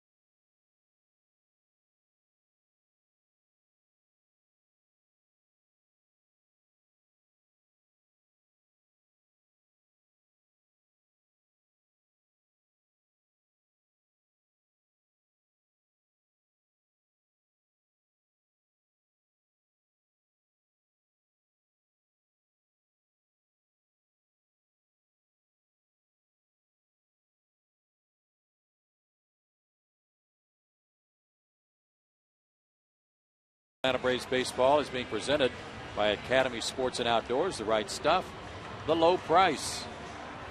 Mike Minor very dejected because he couldn't get through 5 innings. Took him 95 pitches to throw 4 1/3. But a couple of walks here to start the 5th inning take him out of the ball game. And now the AT&T call to the bullpen, and Scott Proctor comes on. He worked a good inning 2 nights ago against the Mets. He'll inherit a couple of runners.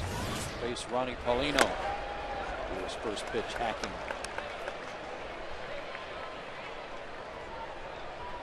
Scott Proctor, an outstanding ERA of 1.69. Just a 171 average against him.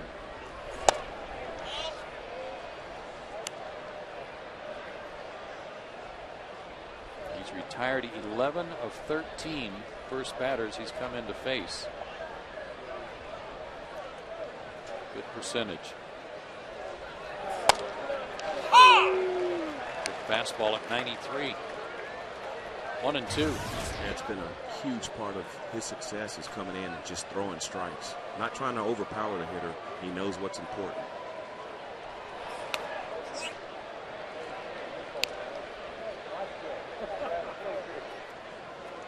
A definite double play candidate, has catcher speed.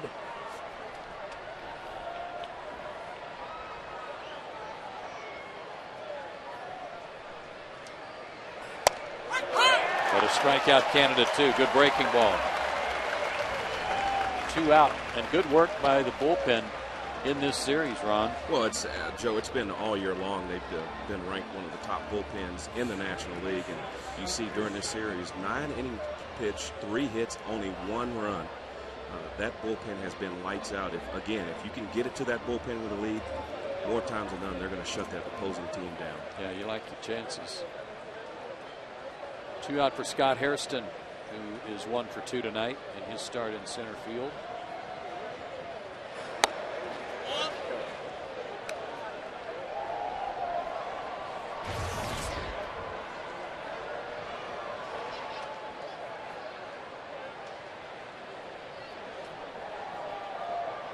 Tough night for Minor. In the air and out of play over behind the Braves on deck circle, and it's that time of night where you can't find the baseball because I lost that one. Yeah, it's tough to see right now, and you know the best way that I can explain it from an outfielder's point of view is once that ball's hit with this type of sky at twilight, it looks like a golf ball going up, so you actually kind of lose it. You have to really keep your eye on it. Driven to left field and deep. Hinsky looks up. That ball is gone. A 3-run homer for Scott Hairston. And just like that, we're tied.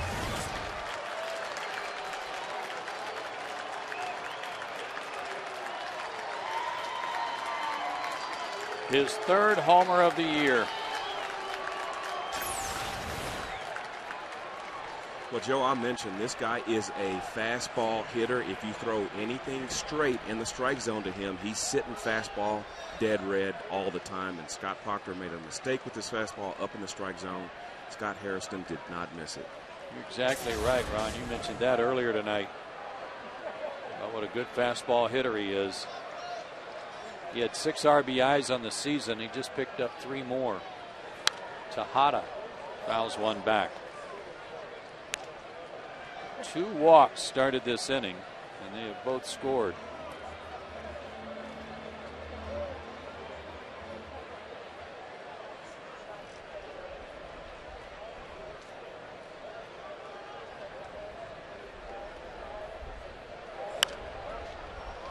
Again out of play, 0-2.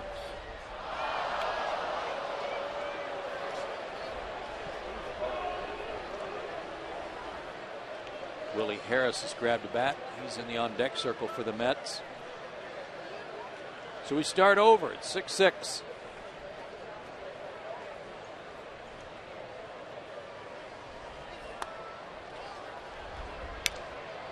Close the book on Mike Minor. 4 1/3 innings, 7 hits, 5 runs, 3 walks, 3 strikeouts, 95 pitches.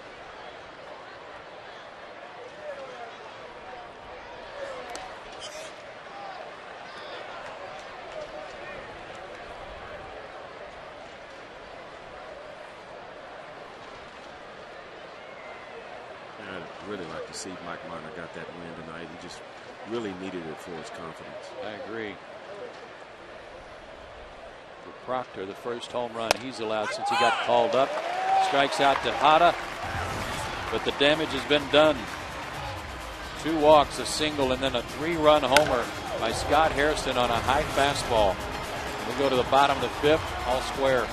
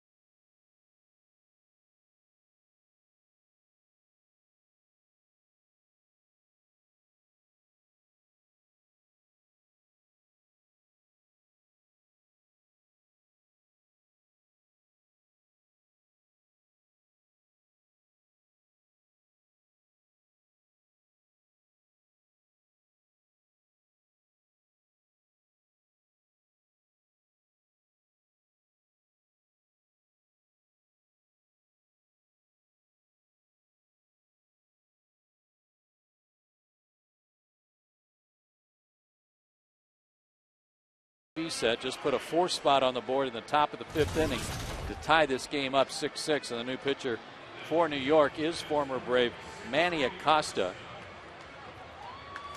He just got called up from Buffalo. He's been in 2 games. You see a high ERA because in 2/3 of an inning, 4 hits, 3 runs, a walk, and no strikeouts. Hard thrower right over the top. Fastball's pretty straight at about 93 to 95.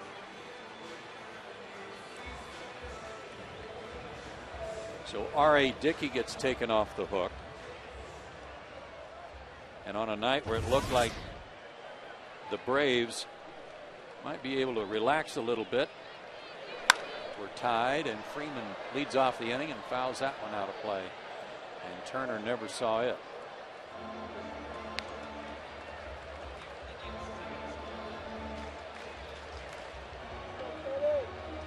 Manny Acosta, a good pitcher. All the few fans might remember him as a Brave, but he can lose the strike zone from time to time, and that's been his Achilles heel. Freeman rolls one to Tejada. 1 out. Freddie's 0 for his last 14. And here's Dan Uggla, who's flying out to center field twice.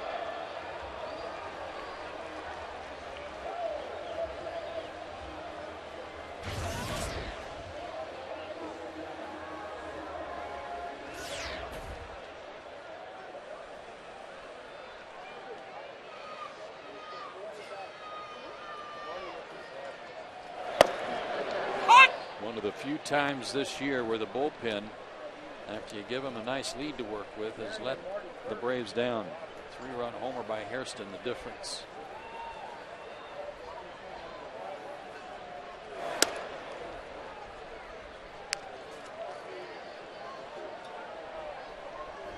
Dan Uggla 0 for 5 in his career against Acosta with 4 strikeouts.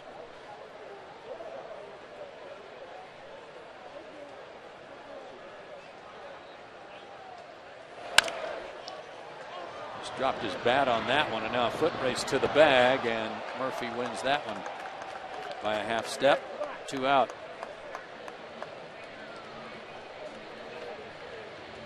And with 2 out, fans, take your dad to see the Braves against the Rangers this Father's Day. Meet former Braves Sid Bream, Gaylord Perry, and Johnny Estrada before the game. And then see the Montgomery Gentry post-game concert benefiting the Prostate Cancer Foundation. For tickets, visit Braves.com. For you fans that don't know who Alexi Ogando is, he's throwing for the Rangers on Sunday, and he is a sight to see. I'm anxious to watch him firsthand. That one just foul off the bat of Hinsky. Ogando 7-1, and he'll go against Jair Jurgen Sunday. Got another report on Brandon Beachy down there in the minor league making that rehab start. He's at 5 innings pitched right now, 4 hits and 1 run. Had a couple of walks, but he struck out 8 so far tonight. Outstanding. Swing and a miss by Hinske, 0-2. Especially with the uncertainty of Tommy Hanson. If you get Beachy back pretty soon, then that'll certainly help. If you just joined us, Tommy Hanson scratched from his start tomorrow night with right shoulder tendonitis.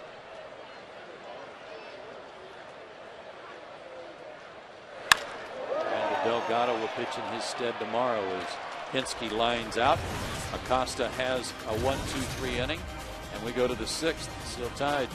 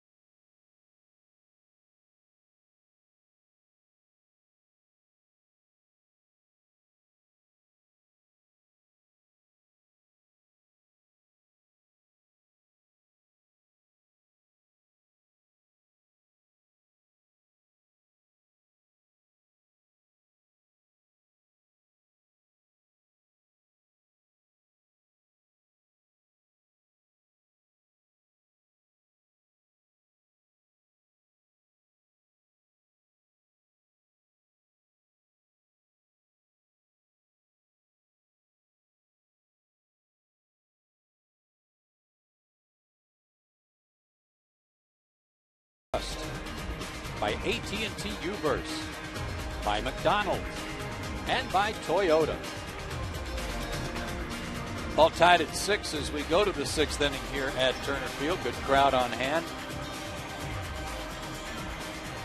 And a new hardball chunker out there for the Atlanta Braves as we make the AT&T call to the bullpen. Proctor out of the game, and George Sherrill comes on to work. He's in his 27th game. Pitched here 2 nights ago. An inning and 2/3, gave up 1 hit, 0s across. And he'll face Willie Harris, who leads off the 6th as a pinch hitter, batting for Acosta. George Sherrill more than a strikeout per inning so far this season.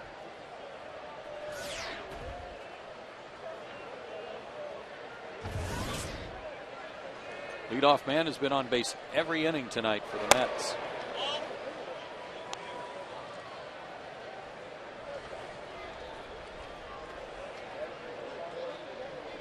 Just 2 for 24 is Harris pinch hitting. How's that one back just below us?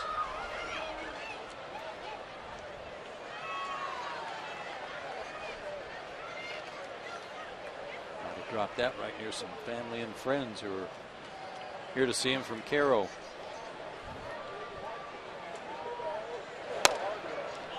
Didn't go.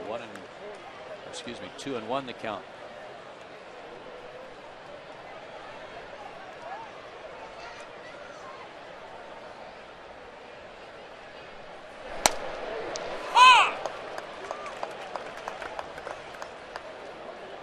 What a luxury it is to have 3 good left-handed relievers in your bullpen.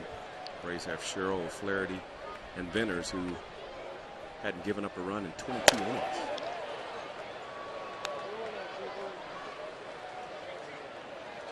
A real luxury. Full count though to Harris. Struck him out, took a little off. And a good job there by Sherrill.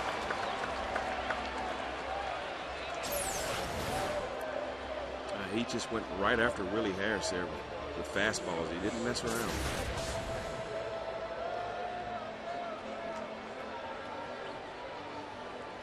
So there's one leadoff man retired tonight. Jose Reyes 2 for 3. He has singled, tripled, and stolen a base. And scored a run. 6 for 12 in the series.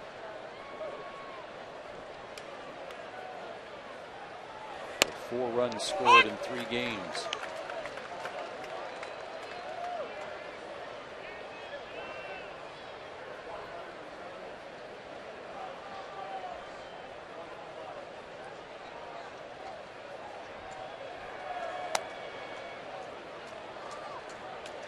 Mets have not been retired in order so far tonight in any inning. No time like the present.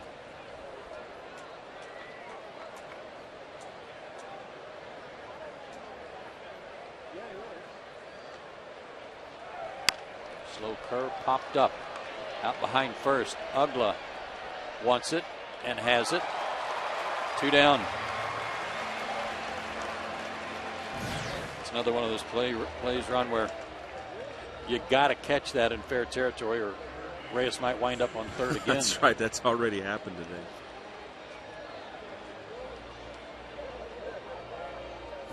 Justin Turner got the rally started last inning with a leadoff walk. He's walked twice tonight. He's also singled. He's driven in a run and scored twice.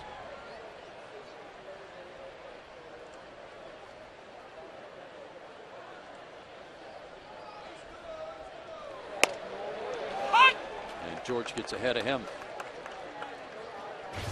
This guy's a good looking young player. Has a real good idea of the strike zone and a lot of plate discipline up there. Right back to the mound. Nice play by Sherrill. And there's your 1-2-3 inning. Good job. George comes in and quiets things down a little bit. Alex Gonzalez will lead off for the Braves in the 6th.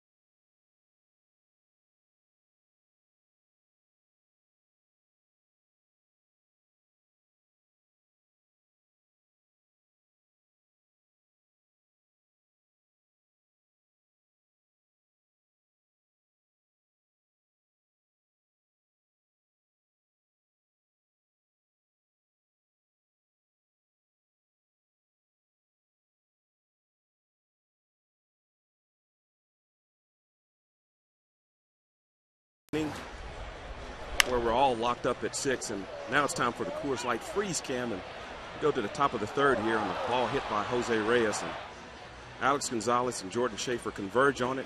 Schaefer cannot make the play here. Alex Gonzalez is looking away, doesn't know the ball is laying on the ground. Reyes ends up all the way on 3rd base with a triple, and that was our Coors Light freeze cam, brought to you by Frost Brewed Coors Light. And hard-throwing Pedro Beato will come in for the Mets. 15 strikeouts in 26 1/3 innings. This guy can be a little wild, but he's got a good arm. Braves have seen quite a bit of him so far. 232 average against. Brandon Hicks has come out into the on-deck circle. he would hit for Sherrill, so it looks like Gonzalez, Hicks, and then Schaefer. I talked about the Braves bullpen, but I'll tell you, the Mets have some guys that are coming out of that bullpen throwing some gas. We saw Bobby Parnell last night was pretty much flawless against the Braves. Yeah, let's hope his 2 innings keep him from pitching tonight. Alex struck out twice against R.A. Dickey. We'll try to get something started here in the 6th inning. 6 runs, 8 hits, and an error for the Mets. 6 runs on 6 hits, and no errors for the Braves. And Alex, first pitch swinging, sends one right to Jason Bay in his tracks. 1 pitch, 1 out. Yeah, he got the pitch he wanted right there, but just got it just off the edge of the bat there. Didn't stay back long enough. And Brandon Hicks will pinch hit for George Sherrill, who had a good 1-2-3 inning.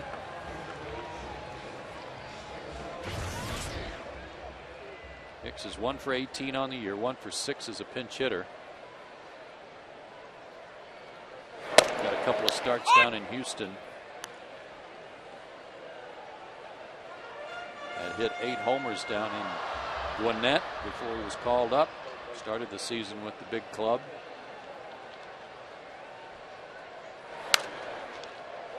Fouls back a 96-mile-an-hour fastball, and it's 0-2. It's something that Hicks is going to have to learn as a pinch hitter coming off the bench. As soon as you step in that batter's box, if you get a first pitch strike in the strike zone, you have got to be hacking. You're only going to get 3 swings. He's 0-2. He's only swung the bat once. And he went after a bad ball there, and he's out. Some of that comes with some experience too, Ron. I mean, he's used to playing every day. He's not used to coming off the bench, and you can learn a lot from guys like Eric Hinsky who do it for a living, but something you got to realize when you go up there. 2 out for Schaefer, who's had himself quite a night. He and Chipper are having some fun tonight. Schaefer's 3 for 3 with 3 runs scored, and Chipper's 2 for 3 with 5 RBIs. Jordan Schaefer's batting average went from 190 to 241 in the last 9 games. That's good work. And again, tries to go the other way. All 3 of his hits tonight have been to the opposite field.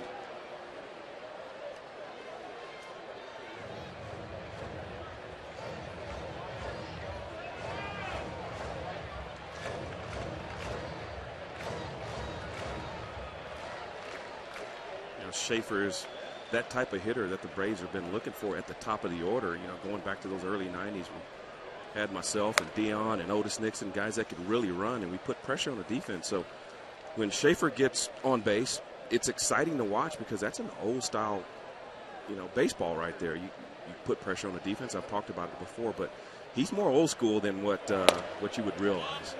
And it rattles the pitcher enough that he might make a mistake to the hitter. Maybe the next hitter gets a few more fastballs to hit because of the threat of stealing. Yeah, you got to be an all-around ball club. You can't just hit 3-run home runs all the time. Behind 0-2, and now it's 3-2. You even go back to guys like Albert Hall when he played here for the Atlanta Braves. He was always a threat to bunt. That third baseman would come in and he'd just slap a single right by him. Up the middle, Reyes can't get it. A 4 for 4 night for Jordan Schaefer. And that's a career high. Well, I can't help but to talk about it again. And BP, he had a really good batting practice, especially the last 2 rounds that he took. Everything was up the middle or to the left side of the field, and they were hit hard. So that locked him in for tonight's game. I don't know how good of friends he is with Justin Turner. Maybe they've played against each other along the way, but I think it was Turner yelling across the diamond after Schaefer reaches, "What's going on over there?" He's going. Pitch is outside. The throw got him. That was almost like a pitch out. If it wasn't a pitch out, it was close to being one, and Paulino put it on the money.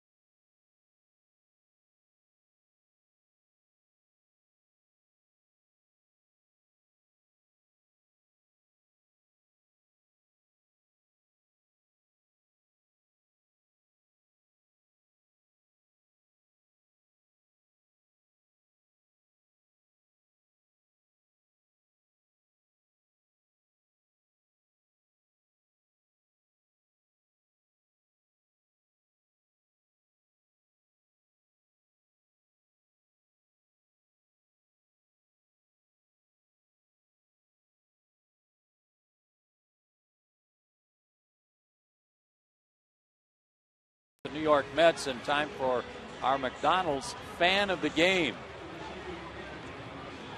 Hot dog head. Got the face paint, got the good hat. Been called a hot dog before. Have you? Oh, yeah. I've been called worse, too. Yeah. Our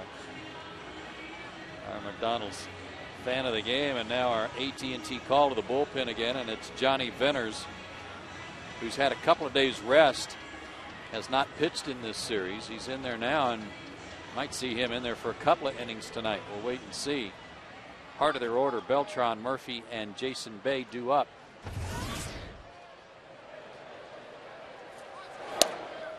I mentioned that 22 innings scoreless streak for Johnny Venners. He's only given up 2 runs this year, and that's in 37 games. Sounds like all-star stuff to me.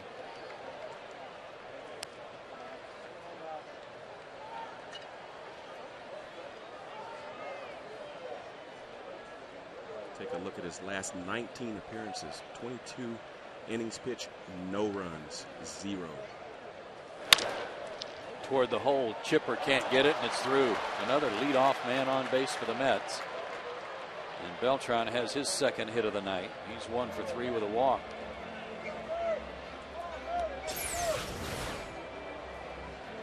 A little two-seam sinker there, and caught a little bit too much of the plate. And you don't see that much for Johnny Venners. That's why he's been so successful. He's been able to put that pitch wherever he wants to. Yeah, that was a mortal sinker there. That wasn't the Venners type.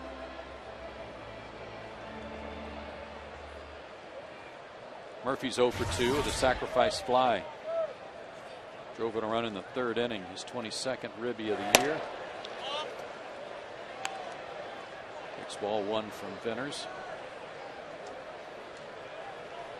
That one had a little anger in it. He actually jumped off the mound on that pitch and rushed it up there to 95.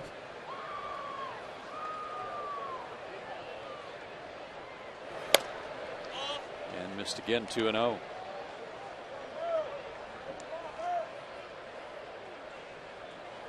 First time they have met, Mr. Murphy and Mr. Venners.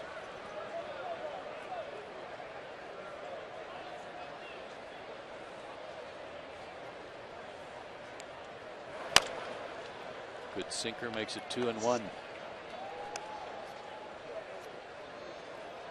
Braves led 1-0. Mets led 2-1 after 2.5. Braves got a 3-run homer from Chipper in the 3rd inning to take a 4-2 lead.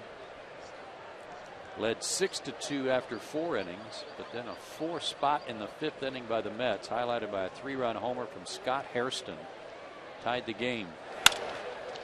Down the line, left field side, out of play.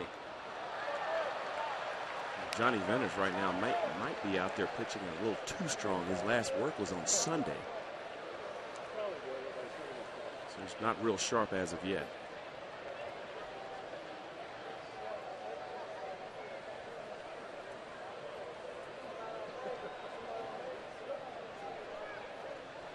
The 2-2 struck him out. Well, that one had some movement on it. At 95. Yeah, if he's getting rest like that, that's not a good sign, because that usually means the Braves are not in some games to win.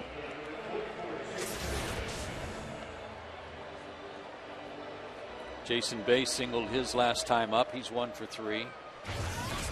That drove in a run.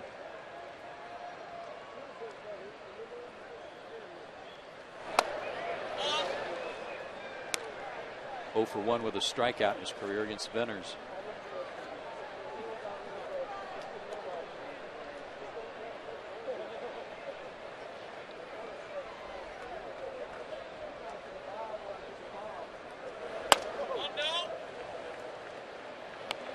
That slider missed. 2-0. Falls behind Bay.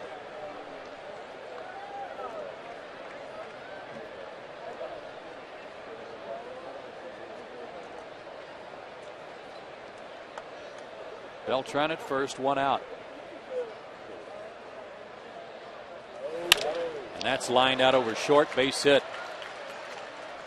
Beltran rounds second, but he'll hold there, and Jason Bay is beginning to round into form. He had a 2-hit night last night, and he's 2 for 4 tonight. welcome sign for the Mets. Yeah, we mentioned his struggles, and he's just now starting to get going, but he's in a drought of 20 games without an extra base hit. Ronnie Paulino 1 for 3 tonight. Doing the catching. Be careful on the first pitch here. He likes that first pitch fastball. Takes a sinker low.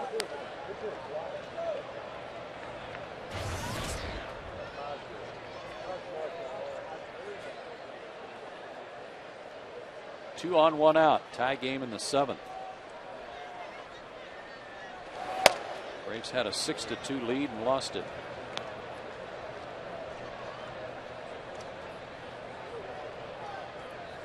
It's going to be a battle of the bullpen from here on out.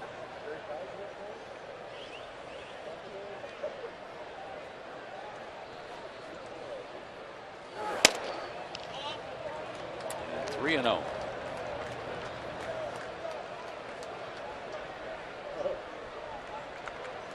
With Scott Hairston on deck. He's done the most damage tonight with that 3-run homer in the 5th. See if Paulino gets a green light here. Didn't matter.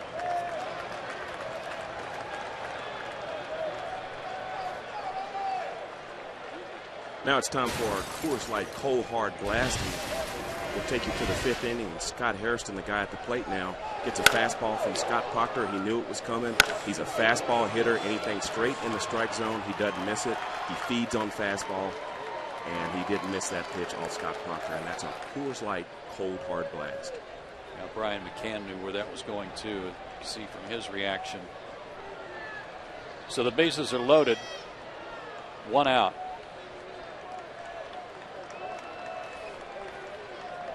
And Benners goes to work against Hairston. Fouled off McCann. 0-1.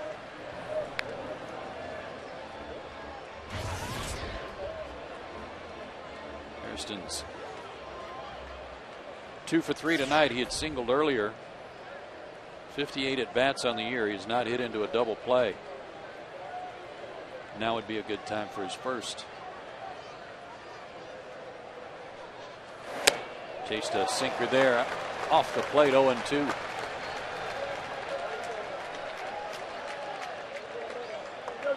See Venner's going after that ground ball there. Two-seam sinker away, and not much you can do with that pitch but hit it on the ground or miss it.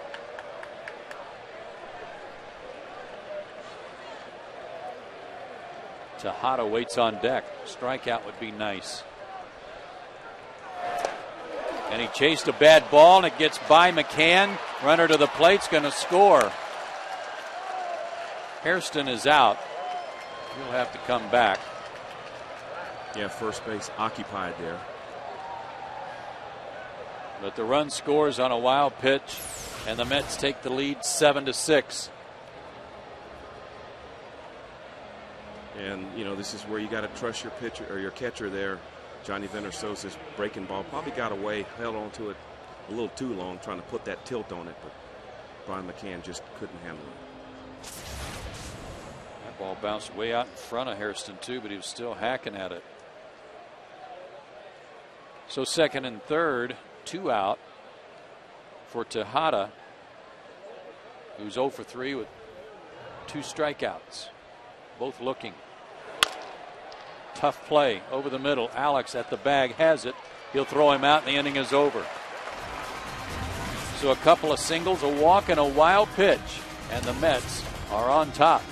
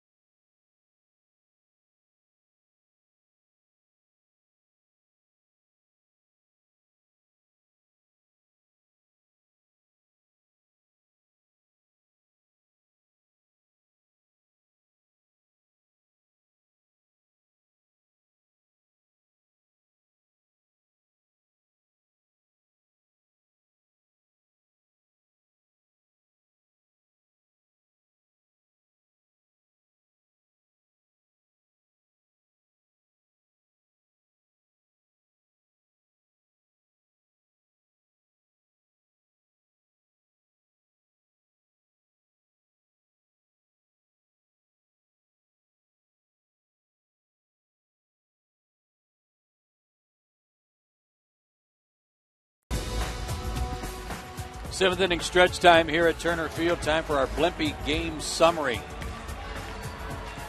Yeah, the big blow coming off of Scott Hairston's bat in that fifth inning after a couple walks, a single, and he gets a hold of a fastball there. That's been pretty much the story of the game. Chipper Jones having a good game, 5 RBIs on the night. And that run just hurt in the seventh inning. 7-6 to score right now. And a couple of changes for the Mets as we go to the bottom of the seventh. New pitcher is Tim Burdack, the only left-hander in the bullpen for the Mets. His 30th game. Got a good fastball, 90 to 91, and a good slider. And Jason Hayward leads off the seventh. He's been on base 3 times tonight. A walk, he reached on an error and scored, and he has singled and driven in a run. Angel Pagan checks in defensively in center field.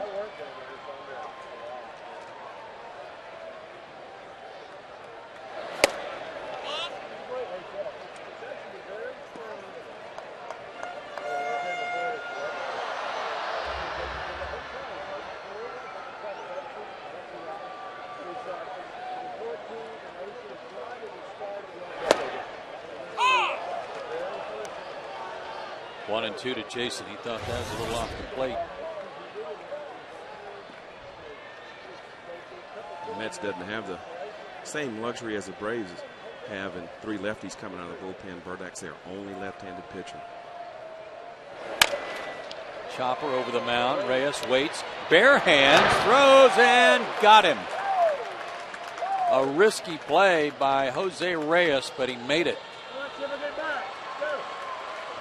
Well, he tried to use a glove that one inning and dropped one, so why not use the bare end? I guess so. It's our Zaxby's indescribably good play.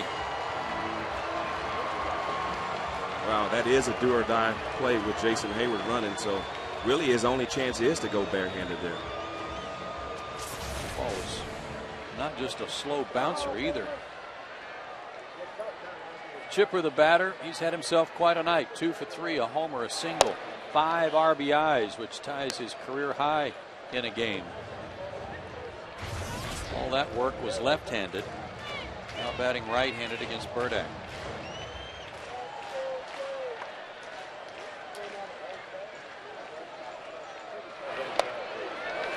Chipper had an RBI ground out in the first, 3-run homer in the third, RBI single in the fourth.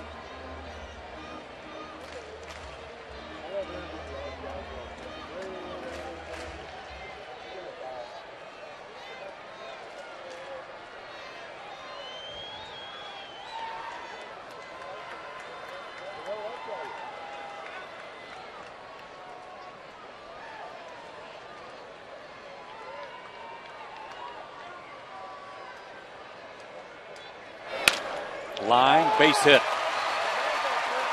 Burdack took a little off, and Chipper was all over that changeup, his 3rd hit of the night.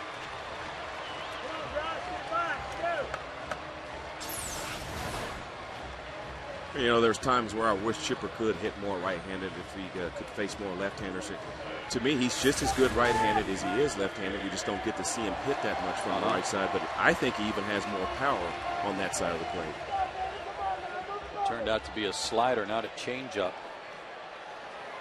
But the tying run aboard for McCann, who's looking for his first hit tonight. 0 for 2 at a walk.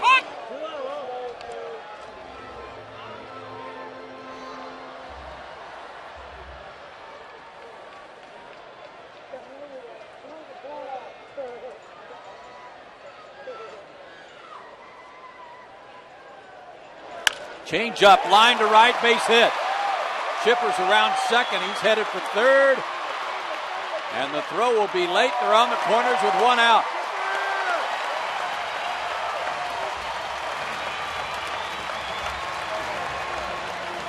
Another off-speed pitch hurts Burdack. We talked about Brian McCann at the top of the show about his all-star numbers and his numbers since 2006. And there is no catcher in all of baseball that has come up with more clutch hits than Brian McCann. I think a lot of people forget this, but he was the MVP in last year's All-Star game, so he definitely deserves to start this year's All-Star game. You bet. Vote now, vote often. Freddie Freeman, 0 for 3, 0 for his last 14. He is due.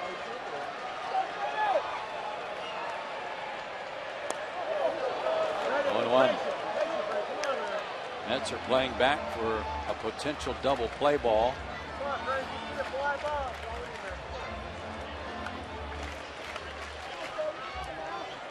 Even a sacrifice fly here would tie it up. He got tied up on that fastball, 0-2.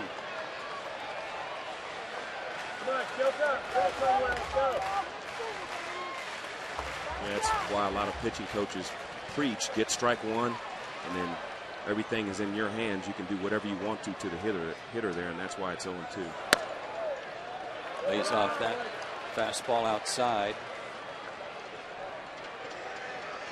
Ball and 2 strikes.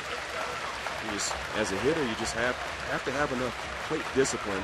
If you're looking first pitch fastball and he throws that breaking ball to you, you don't swing at it, even if it's a strike, because if you're not looking for it and you end up swinging at it, you're either going to ground out on it or miss it anyway. He chased a bad one. Freddie down on strikes, 2 outs, and Dan Ugla the batter. Let's see if Burdick stays in the game to face Ugla. Got DJ Carrasco in the bullpen.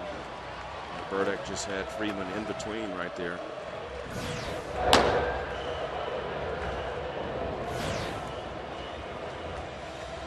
Saw Carrasco here work a couple of innings last night. Ken Overfell down there. Bench coach.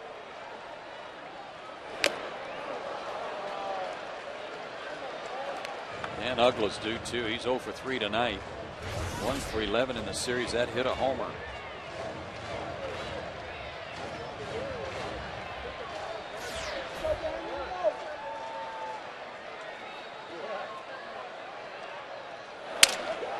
Broken bat, 1 hopper. Reyes has it, goes the short way, inning over. Braves had him first and third, 1 out, can't score. We go to the 8th, still 7-6 Mets.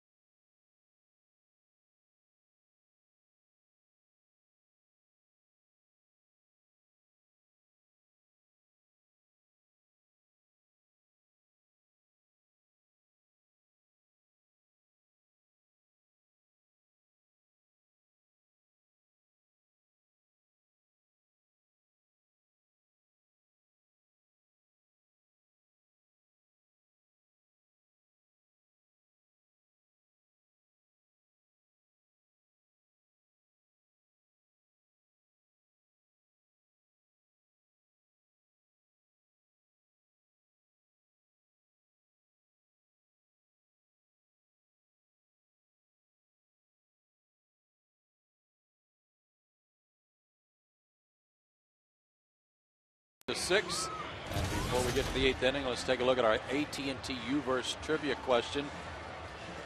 And that was, name the last 2 catchers to be selected to 6 or more consecutive All-Star games. You had Pudge Rodriguez and Mike Piazza. I like those 2 choices.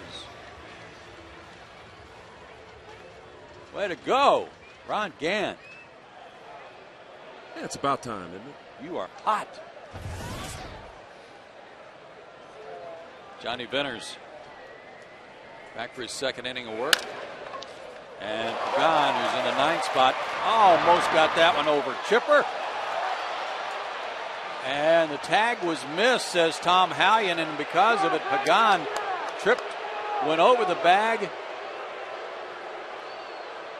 And Pagan is hurt. Hallion's going to confer with James Hoy.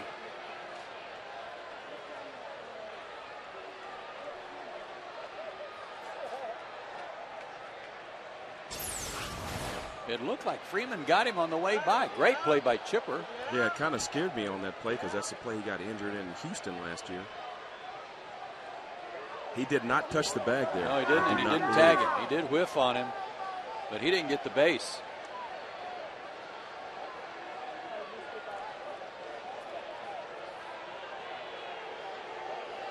And this is a pivotal part of the game here. The Braves need to keep them from scoring another run. And this is where instant replay comes in. Boy, Pagan hit hard, too. Stumbled over Freddie's foot. He never came close to the bag. Close.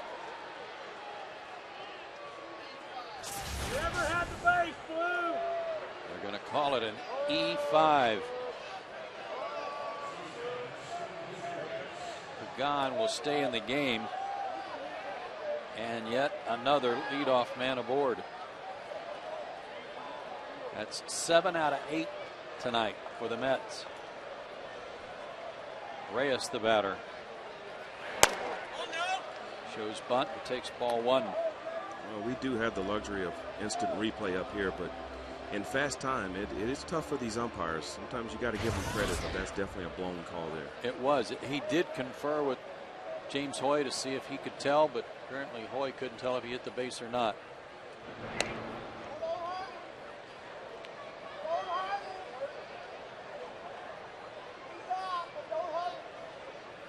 Tom Hallion, the first base umpire, is well respected around the league. Yeah, top very notch. good umpire.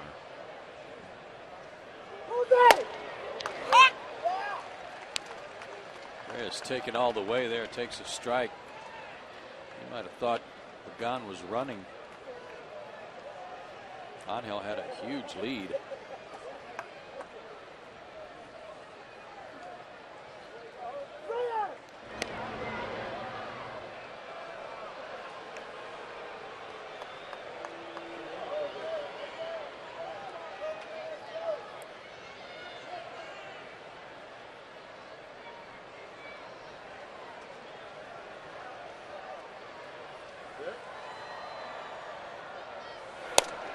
Just outside, 2-1. Yeah, the Mets are starting to get a couple guys hot at the right time. Talked about their numbers and what Reyes is doing. Jason Bay starting to turn it around. And Pagan, over his last 10 games, he's hitting at a 324 clip. And he was on the DL. He missed him too. And Johnny not himself tonight. 3-1.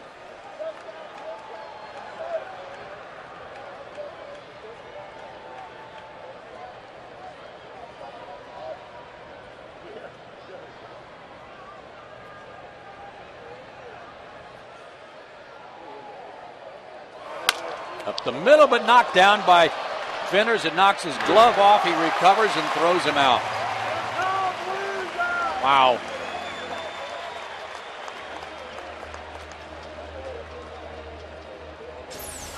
This is a huge play right here because if this ball gets up the middle, it is going to be first and third. Stole a hit from him. Got the runner into scoring position, though, for Turner, who's 1 for 2 with 2 walks, 2 runs scored, and an RBI.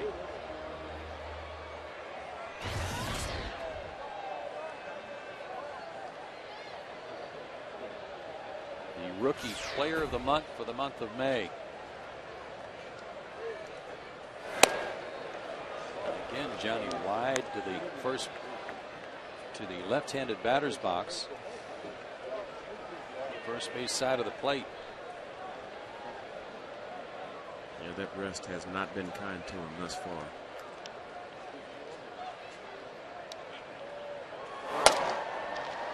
Turner's a guy who puts it in play too. Only 17 strikeouts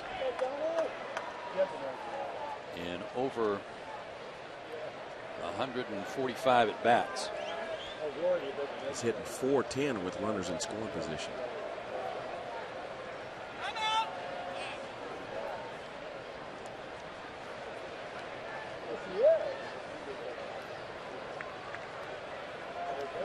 Mets have 10 hits tonight.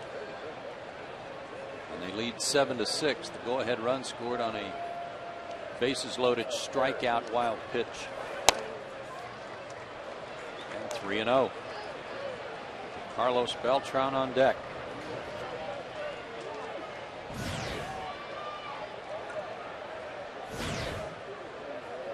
And they're going to walk Turner and pitch to Beltran to set up a potential double play ball. Third walk tonight for Turner. Carlos Beltran is 2 for 3 on the night with a double and an RBI single in the 7th to put the Mets ahead. And he's getting hot.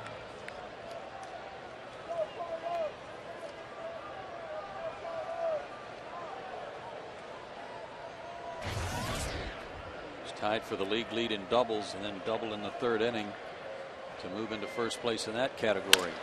To third, Chipper will go around the horn for a chance at a double play, but the throw gets away and a run will score. Turner went in hard at second base and didn't dump Dan Uggla, but he certainly made his throw go off the mark. It's a pretty good play by Chipper here. Pretty good feed to Dan Uggla. Had to turn his glove over, but again, that runner bearing down on him. That's good hard-nosed baseball.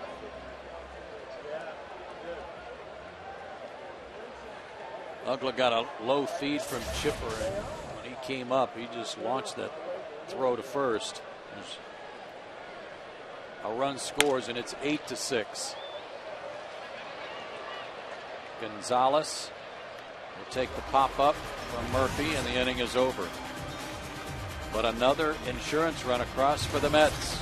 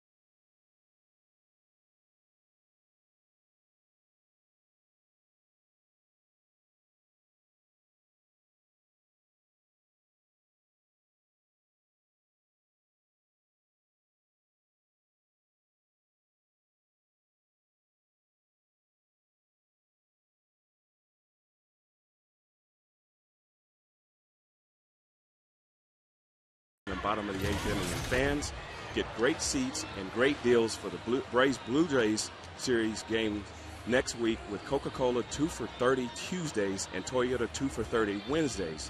Save up to 46% off the regular ticket price. To order, call 800-745-3000 or buy online at braves.com/ticket specials. Blue Jays have come in on the heels of the 3-game weekend series with the Texas Rangers. Another guy you want to see in Jose Bautista. He's led the American League in home runs the last couple of seasons. Burdick stays in and pitches to Hinsky, who swings at the first pitch and pops it up. And Turner's there for the catch in fair territory. Braves down to their last 5 outs. They led 6-2, and they now trail 8-6. And Terry Collins on his way to the mound. Burdick did a good job of pitching out of a tough spot last inning and gets his left-hander this inning. Back with a pitching change right after this timeout.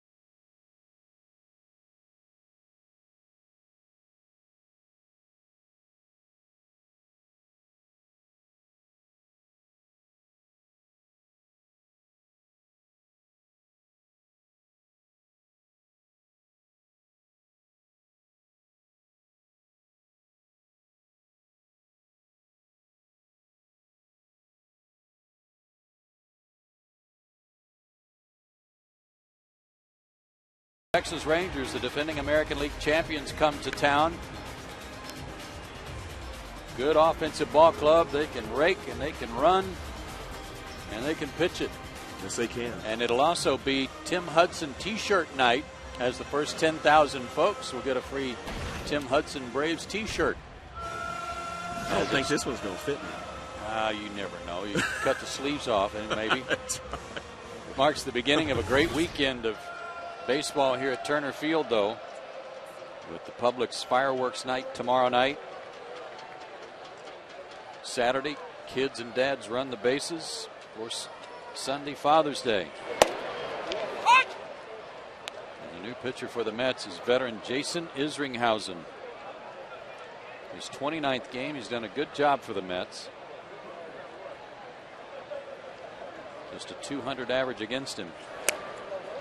He's got Alex in the hole, 0-2. Alex tonight has struck out twice and flied out.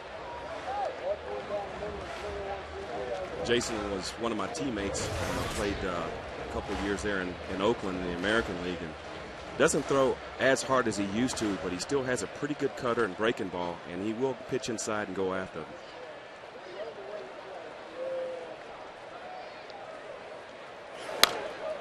Fouled back. Alex stays alive. Isringhausen, now 38 years old. Makes his home in Tarpon Springs, Florida. Started his career with the Mets, then joined Ron in Oakland, and a lot of years with the Cardinals. He was with Tampa Bay in 09. Yeah, and that's what I'm talking about right there. He will buzz your tower. He's not afraid to pitch inside. He's not trying to hit anyone. He just wants to get you off the plate a little bit and throw that cutter or slider. And there it is, and Alex just misses it. And Alex was looking for it there, too.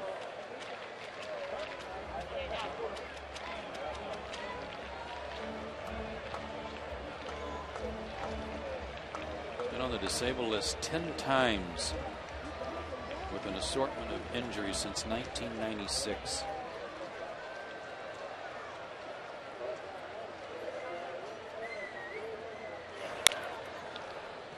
Still alive. Still 1-2 to Gonzalez. One out in the 8th. 8-6 New York.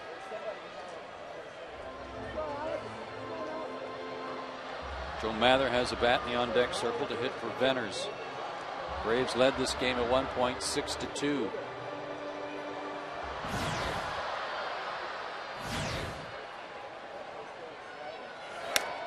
Struck him out. Got him to chase one upstairs again.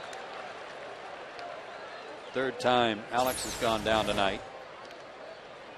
Mathers being called back. And Diori Hernandez will pinch hit instead. And Alex thinking slider there, and he came up and in. And when that ball leaves the pitcher's hands in that spot, it looks like it's a beach ball coming up there, but it's on you in a hurry. Diori's 5 for 13 as a pinch hitter with a homer. Hit a 3-run homer against the Mets in Game 3 of that series at Citi Field.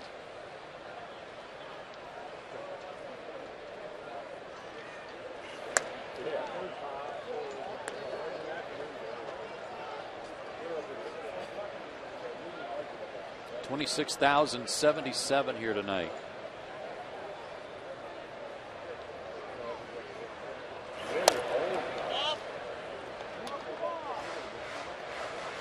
Always good crowds when the Mets come in town. That was part of my drive to try to beat them. I used to hate facing the Mets because they traveled well back then. Every time they'd come in town, you'd hear Mets fans all over the stadium. It's true. 3-0 to Diori, with Jordan Schaefer on deck, who is 4 for 4 tonight.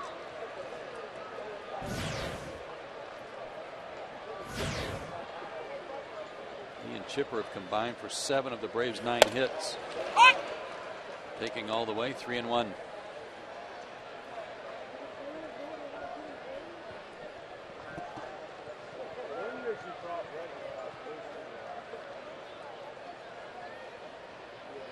The 3-1 pitch. Hit sharply to second. Tejada handles it. The Braves go quietly in the 8th inning. We head to the 9th. Mets still lead by 2.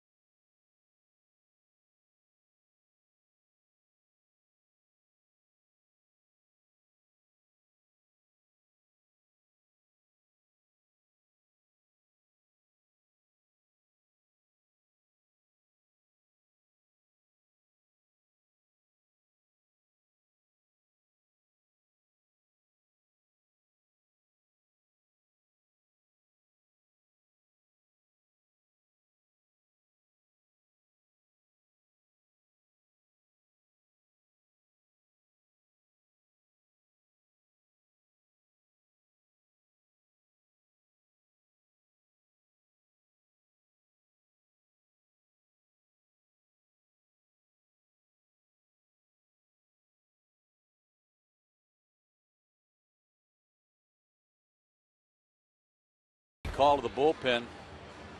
Craig Kimbrell on to work the 9th inning. And he will face Jason Bay, Ronnie Paulino, and Scott Hairston. Excuse me, Hairston, that's the pitcher's spot now. Kimbrell making his 35th appearance. 2-2 at 3.27 ERA. One other change for the Braves. And Diori Hernandez is going to stay in the game and play third base.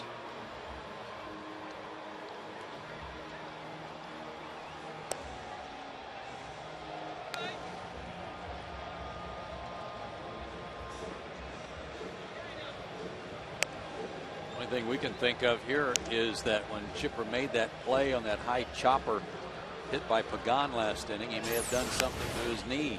And I talked about it, Joe. This is kind of like the same play that he got injured on in that play down in Houston last season. He stayed in the game, though. Didn't notice anything that was really aggravating him after that play.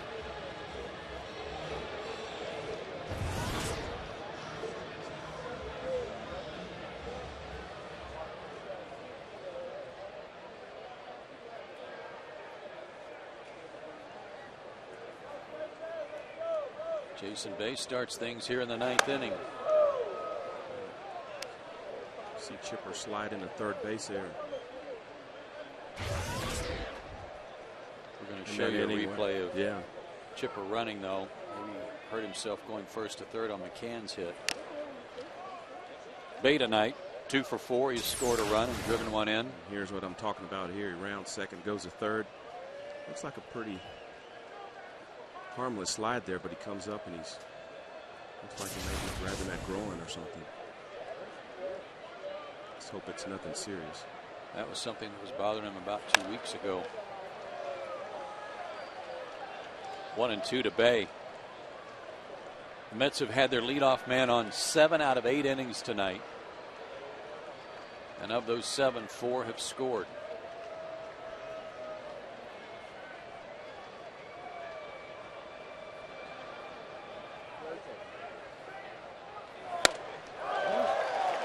Kimbrough blows Bay away. 1 out. That's a good country hard fastball there by Craig Kimbrough.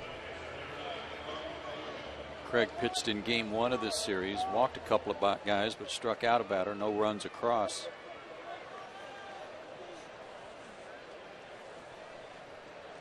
Paulino 1 for 3 with a walk.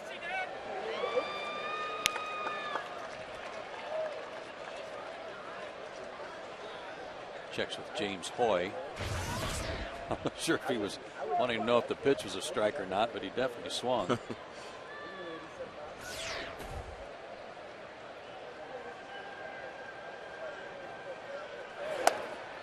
1-1 the count. Pitcher spot due up next. Jason Pridey has a bat. He's in the on deck circle.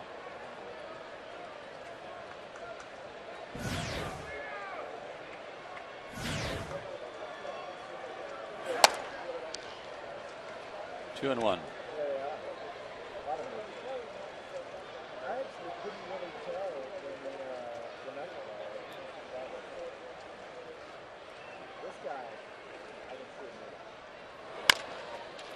Chopper towards short, cut off by Hernandez. Nice play. 2 down.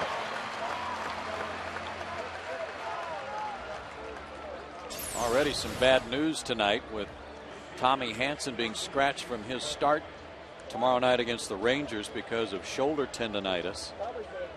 Randall Delgado is going to be called up from Double-A to make that start. And now Chipper out of the lineup. Hopefully that's not serious. Yeah, we're going to need every man we can get for the Texas Rangers. Jason Pridey. Pinch hits.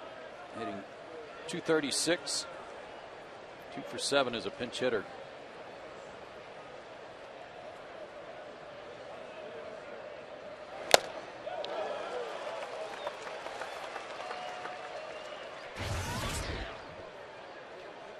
Kimbrough at 96 miles an hour there.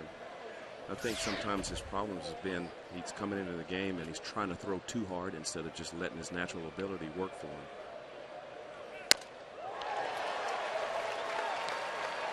97 on that one.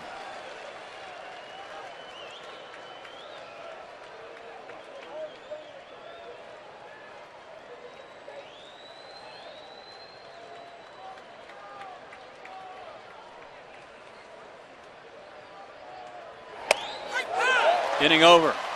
Good inning for Kimbrough. Braves trail by 2. Top of the order due up. Schaefer, Hayward, and then Chipper's spot.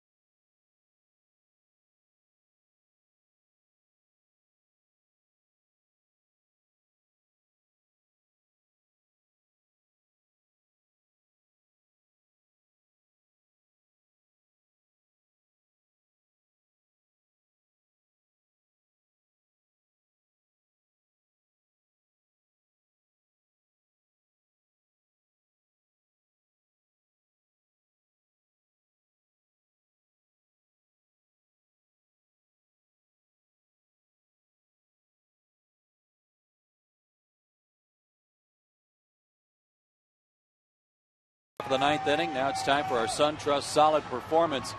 And how about the leadoff man Jordan Schaefer and the number 3 hitter Chipper Jones combining for 7 of the Braves' 9 hits tonight, Ron. Yeah, you gotta love Jordan Schaefer setting the table for the guys, rest of the guys in that order, and Chipper definitely benefited from that tonight.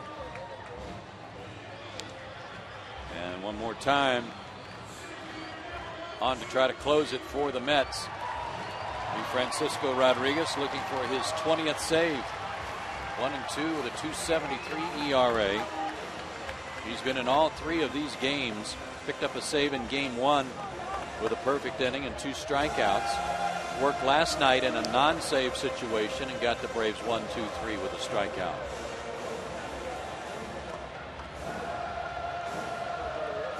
Schaefer, then Hayward, then we'll see. Chipper out of the game. That's the pitcher's spot number.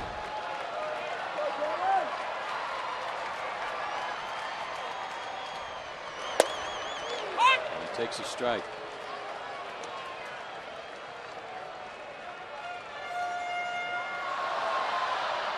Rodriguez, some of his problems have been coming into the game and falling in love with that slider instead of getting ahead with that fastball.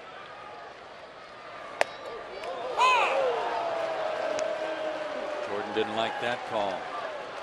Corners can back up now. The count 0-2. No real threat to bunt.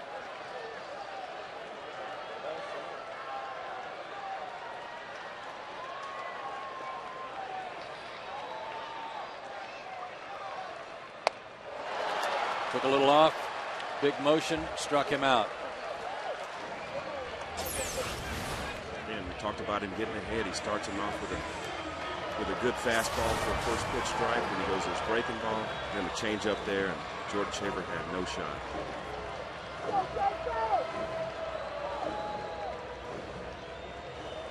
Brooks Conrad has a bat in the on-deck circle. That's Kimbrel's spot now. Need a base runner, though. Braves are down by 2. And there's a ground ball up the middle. That's going to get through. Base hit by Hayward will bring the tying run to the plate. Second hit of the night for Jason. 2 for 4 with a run scored and an RBI. Well, the old saying is a bloop and a blast and you're tied up. Well, this wasn't a bloop here. Jason Hayward going right up the middle. Again, he likes that pitch away where he can hit the ball strong to the opposite side, and he stays right there and goes up the middle with it.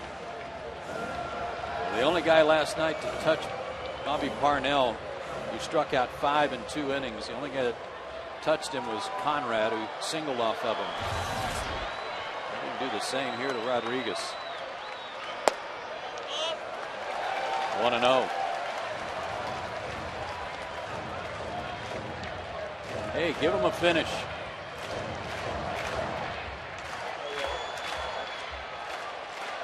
Get another guy on him. Give McCann a chance. Driven deep to right center field.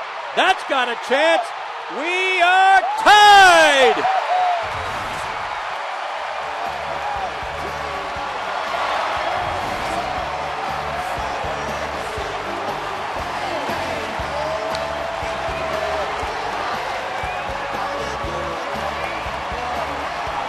Go ahead, Brooksy.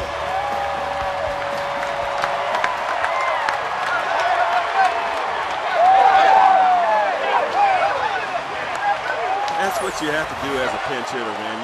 You go up there and you go up there hacking, especially against a guy like Rodriguez who's got a good fastball, a good slider. But if you get a chance to jump on the fastball early in the count, do not miss it, and Brooksy didn't there. He is truly amazing. His second pitch hit homer of the year. And McCann bats with 1 out. 6th pinch hit homer of Brooks Conrad's career.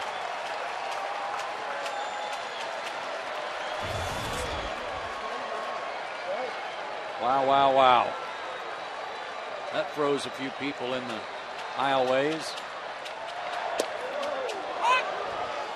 I'll tell you, a big part of the reason why the Braves were in the postseason in 2010 is because of Brooks Conrad. He came up with some huge hits last year, and he continues to do that this year.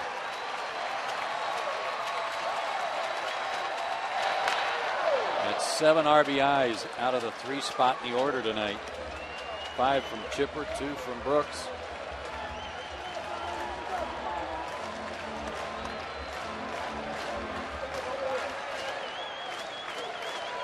Third home run allowed by Francisco Rodriguez. 2 to the Braves, 1 by Diori and now 1 by Brooks.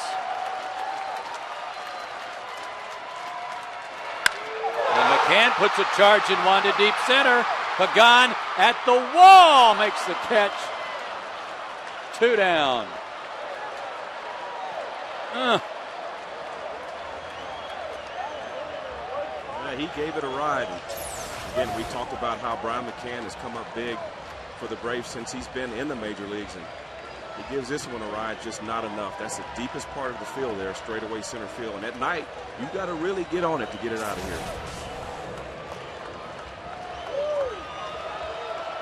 Freddie Freeman bats 0 for 4 tonight, 0 for his last 15.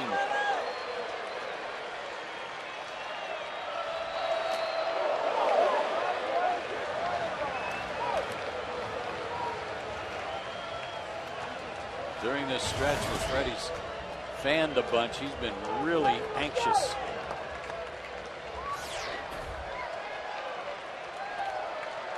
A lot of pitches out of the strike zone this year.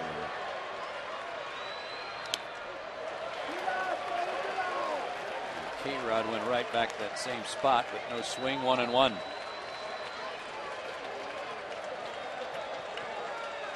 A 1-out, 2-run pinch hit homer by Conrad has tied it at 8.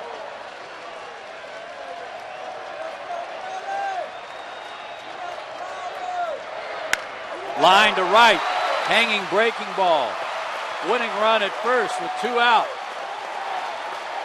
That gets Freddie off that 0 for 15. Yeah, that's got to feel good by Freddie Freeman there, off of one of the best closers in Major League Baseball. It's a pitch up in his eyes there, and he doesn't miss it.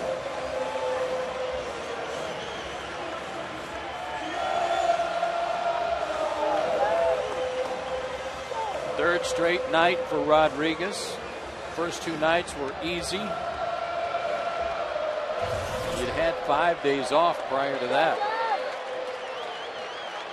Dan Uggla is due, 0 for 4 tonight.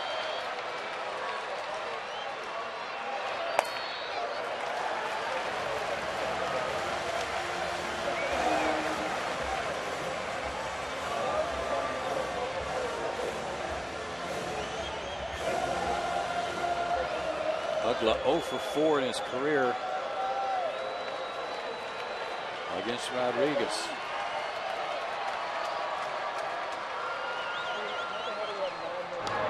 First, Freddie's back.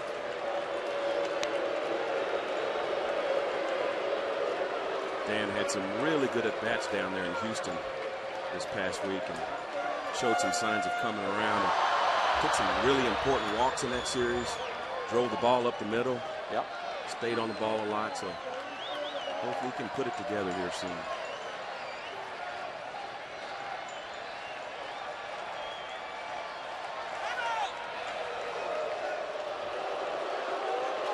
Mets outfield playing deep, trying to cut down on any chance at an extra base hit.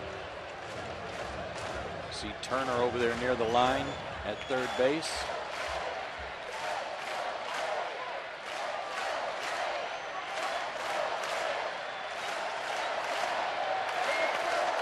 Fans are on their feet. 1-1.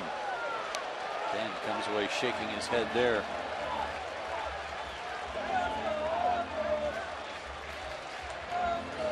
You know, you look at that swing and it just looks like he's just opening up just a little too quick there instead of staying in there, keeping that front shoulder closed, which I just talked about he was doing down in Houston.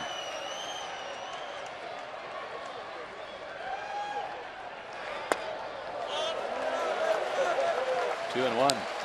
And that's a rare pitch to Dan. They rarely pitch him inside, Ron. And to your point, you can't be worried about getting jammed.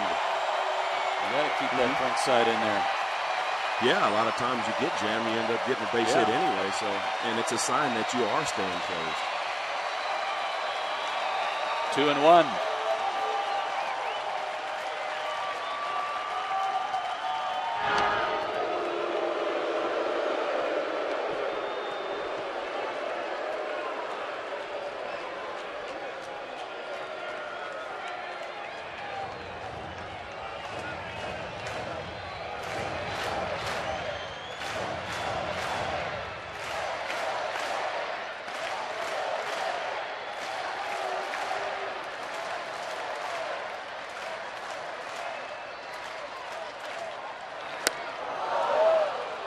Chased a bad ball out of the zone, but he had a big cut at it. 2-2. You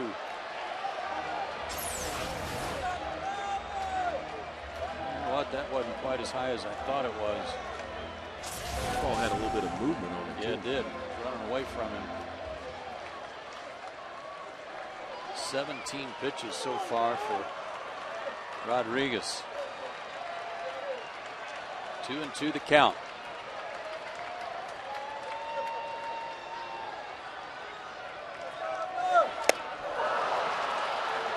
Extra innings. Braves are used to that, but they'll take it at this point as Brooks Conrad comes through again with a pinch hit homer, a 2-run shot. And we go to the 10th, 8-8.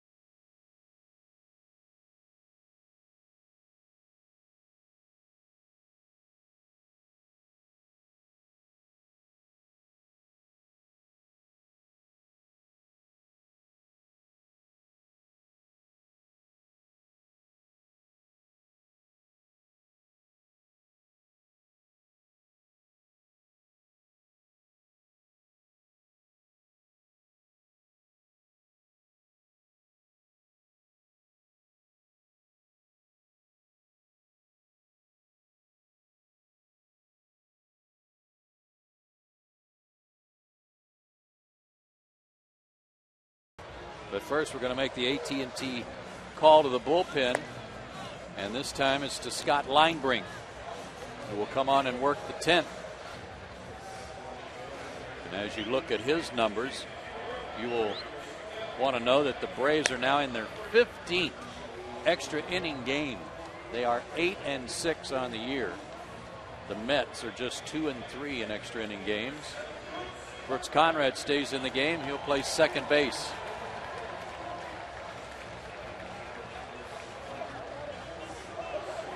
And Linebrink will bat in Uggla's spot.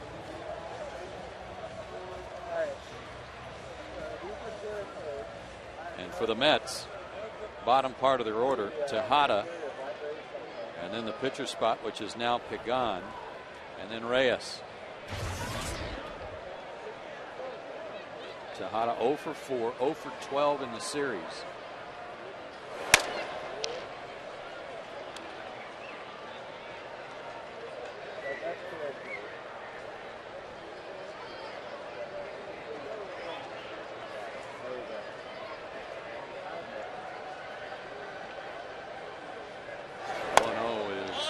Low, ball 2.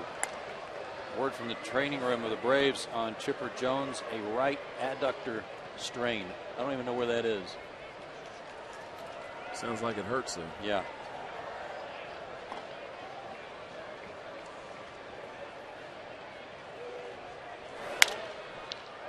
In the air to right field should be easy for Hayward. 1 out.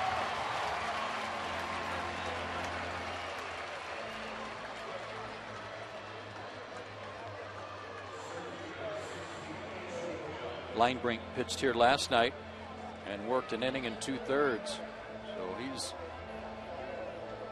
running low on Petro. Gave up a hit, but no runs. Pagan reached on an error.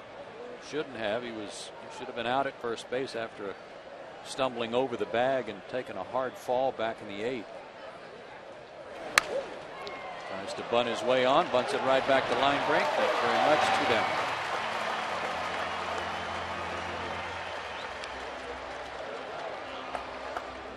And Joe, the adductor is a part of the groin, which is what I said earlier. Yeah. Okay. And we saw him going into first base after going first to third, or to third base rather. Yeah, we got Dr. Galimo. Ah.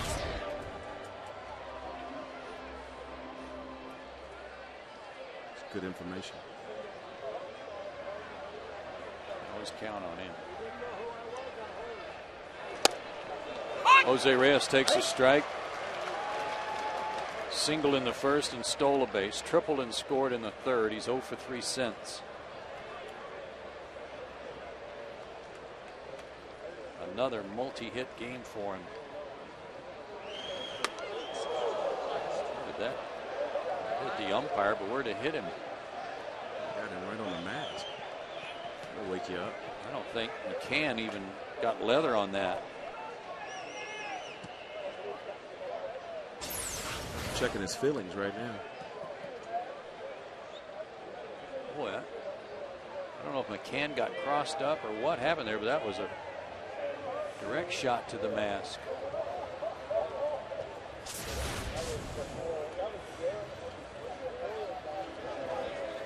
Might be seeing a few stars right here.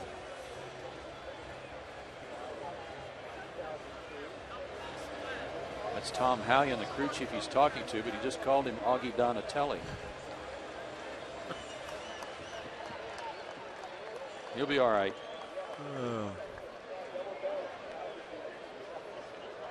Donatelli, that's a good last name, Joe.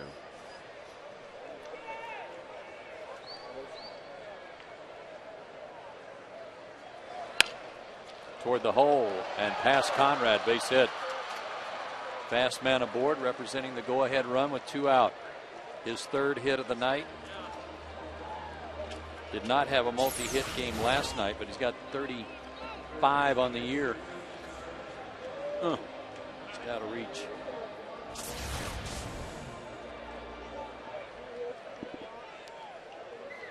Well, you got to count on him running. Yeah, I was going to say you can bet on him trying to get in scoring position here.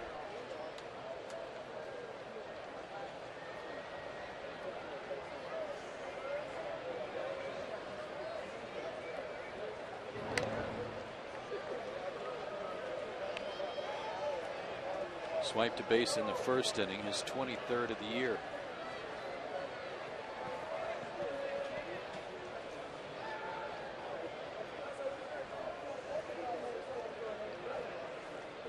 Not going. Ball 1 to Turner, who's had himself a good night. He's been on base 4 times, 3 walks and a hit.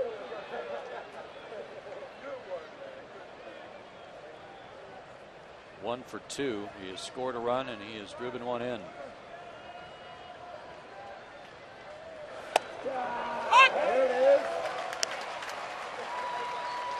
And taking to allow Reyes a chance to run, the count 1-1.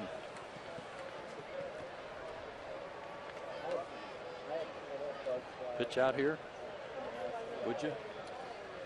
Yeah, I mean, like I said, he's going to try to get to second base and get in scoring position.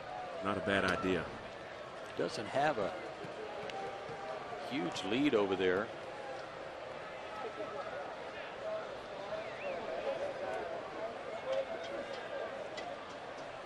I'm sure he knows that the Braves will try a pitch out sooner or later.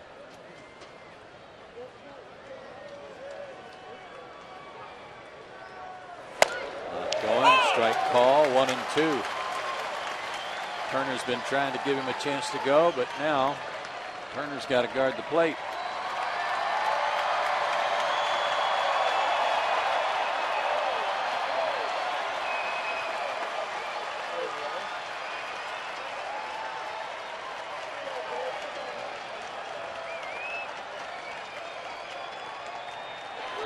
Breaking ball just missed. That's a good try there by Scott Linebrink. Yeah, that's what I was talking about. What a good young hitter here Turner is. And a lot of plate discipline to lay off that pitch. Count even. Reyes is going. Fouled back.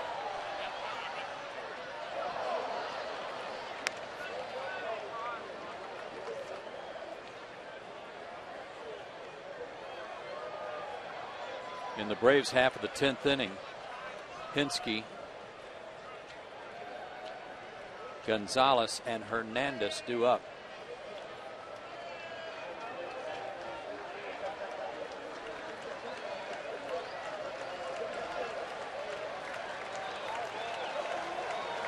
Bigger lead.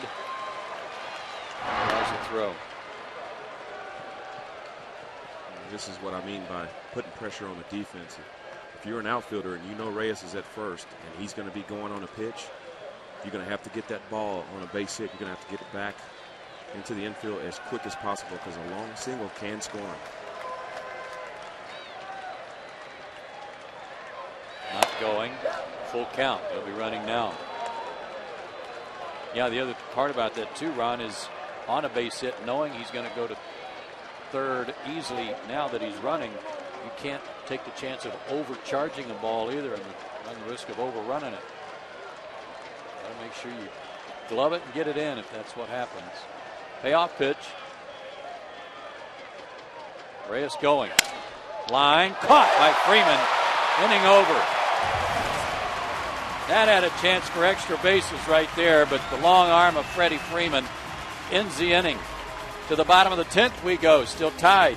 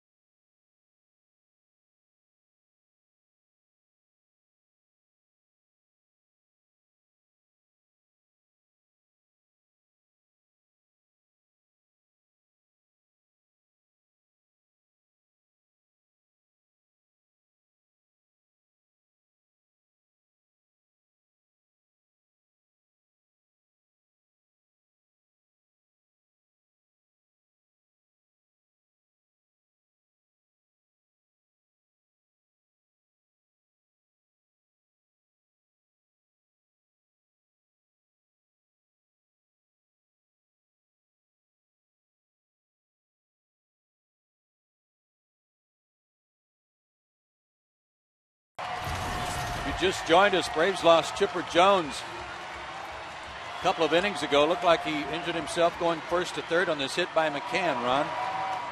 Yeah, it looked like a harmless slide there, but when he comes up, you see him bend over and grab his groin area, which is called the adductor. He's got an adductor strain now. Hopefully it's nothing serious that'll keep him out for any amount of time. Some changes for the Mets as we go to the bottom of the 10th inning. A new pitcher, DJ Carrasco, who worked 2 innings here last night and looked very good. Retired all 6 men he faced, including a strikeout.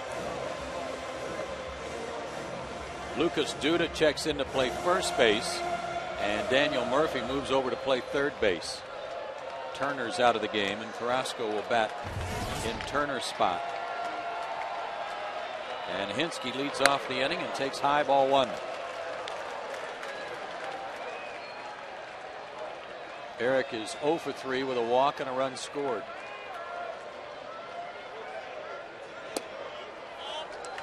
Two and 0. Mets put on a mini shift for Hinske with Tejada deep out on the grass in right field. Reyes up the middle.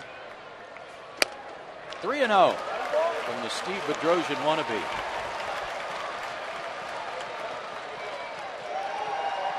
One more of those would be good. 4 straight. Thank you. Winning run aboard.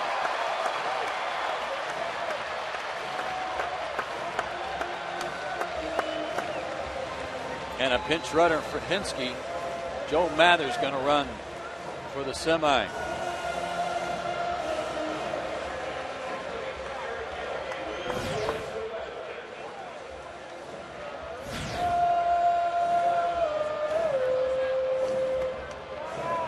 Alex, great numbers against Carrasco, but the book would tell you he's up there to bunt.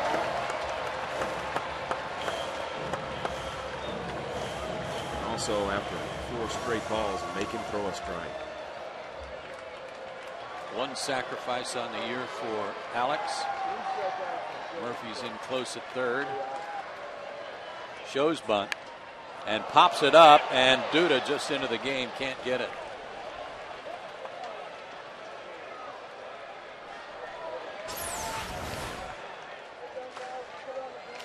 Yeah, you see the bad angle from Alex Gonzalez, kind of dips it a little bit there and gets under it, pops it into foul territory.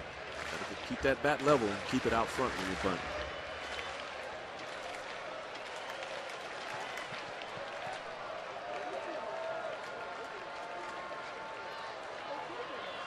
Oh, and 1. Pops it up again. Mike Minor failed in 3 attempts to get a bunt down tonight in the 4th inning. Struck out, but the Braves covered that up with 3 straight hits that followed that. Put a couple of runs across.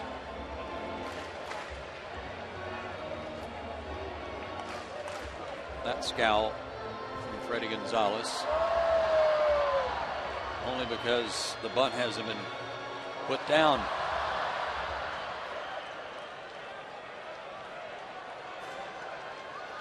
Murphy's still in close at third in case.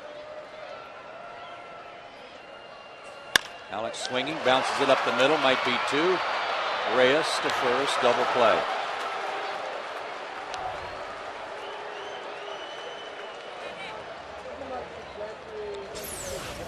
So what could have been a good chance to move a runner up turns into a double play, 4-6-3.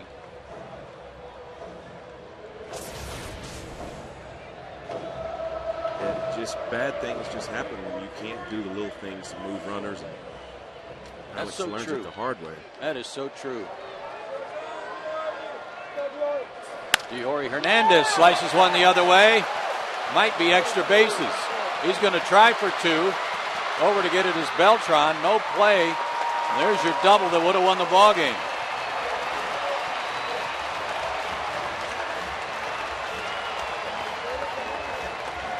Those kind of things in this game will drive you crazy. Yeah, Diori's coming off the bench and coming up with some pretty big hits for the Atlanta Braves. You remember that home run he hit off Francisco Rodriguez up in New York at Citi Field. Great at bat there, going the opposite way. Well, he's in scoring position with 2 outs for Jordan Schaefer. He's had himself quite a night. 4 for 5, 4 singles, 3 runs scored. He struck out his last time up. That was to start the 9th against K-Rod. Go ahead and have yourself a night, kid. He's done a good job of going the other way tonight.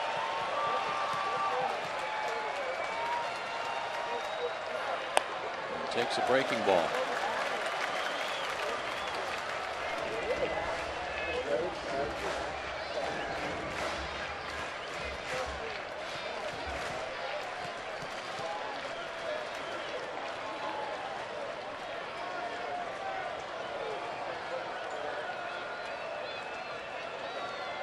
The 1-0 pitch. Good patience, 2-0. Joe, before tonight, Jordan Schaefer had only 1 opposite field hit. And again, I talked about that batting practice that he had earlier. Yeah. It's paid off for him. Maybe some of the other guys will learn from that. Be nice. Good hitters count, 2-0. 3-0. They've got a base open. They don't have to give in to him, but they got Hayward on deck.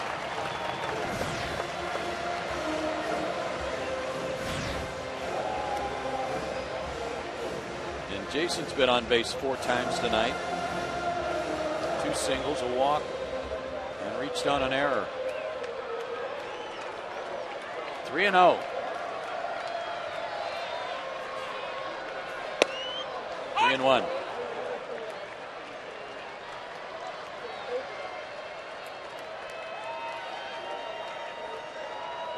Winning run at second base. We're in the 10th.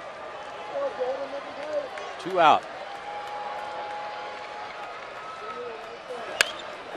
Grounded to the right side. Duda knocks it down. Drops it. Everybody's safe. Tejada had that ball right in front of him. Going to make an easy play, but Duda cut it off and booted it. Again, Joe, this is what speed does to you. He knows who's running on this hit in the infield, and he tried to rush it. Probably took his eye off it right before it went into his glove.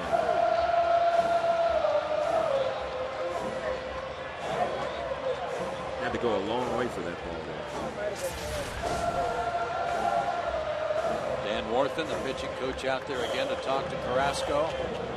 First and third, 2 out. Hayward the batter, Conrad on deck. As we've said many times before, sometimes the open base is not first base, but they have that luxury of not giving in to Hayward if they don't want. But if you just joined us, Conrad was the guy that put it into extra innings with a pinch hit homer in the 9th.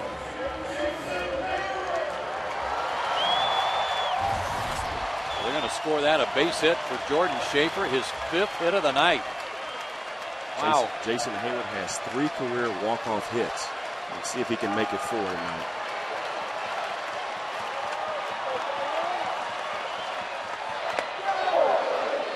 Good cut at that fastball, 0-1.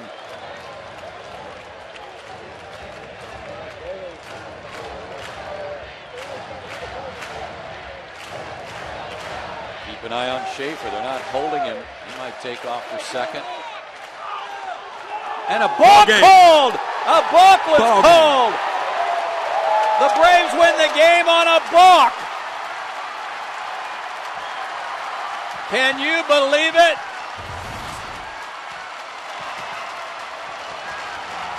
Terry Collins wants to know what he did. James Hoy said that he flinched his head around. Looked like maybe his shoulders. Unbelievable. 9-8 your final. Braves win on a balk.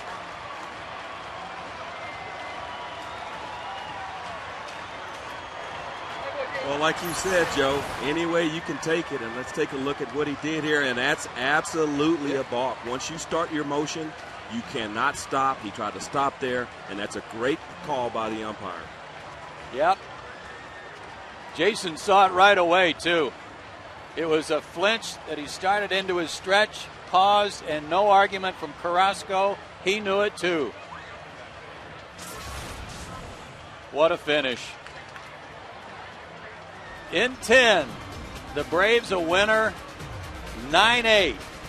Back to wrap it up right after this.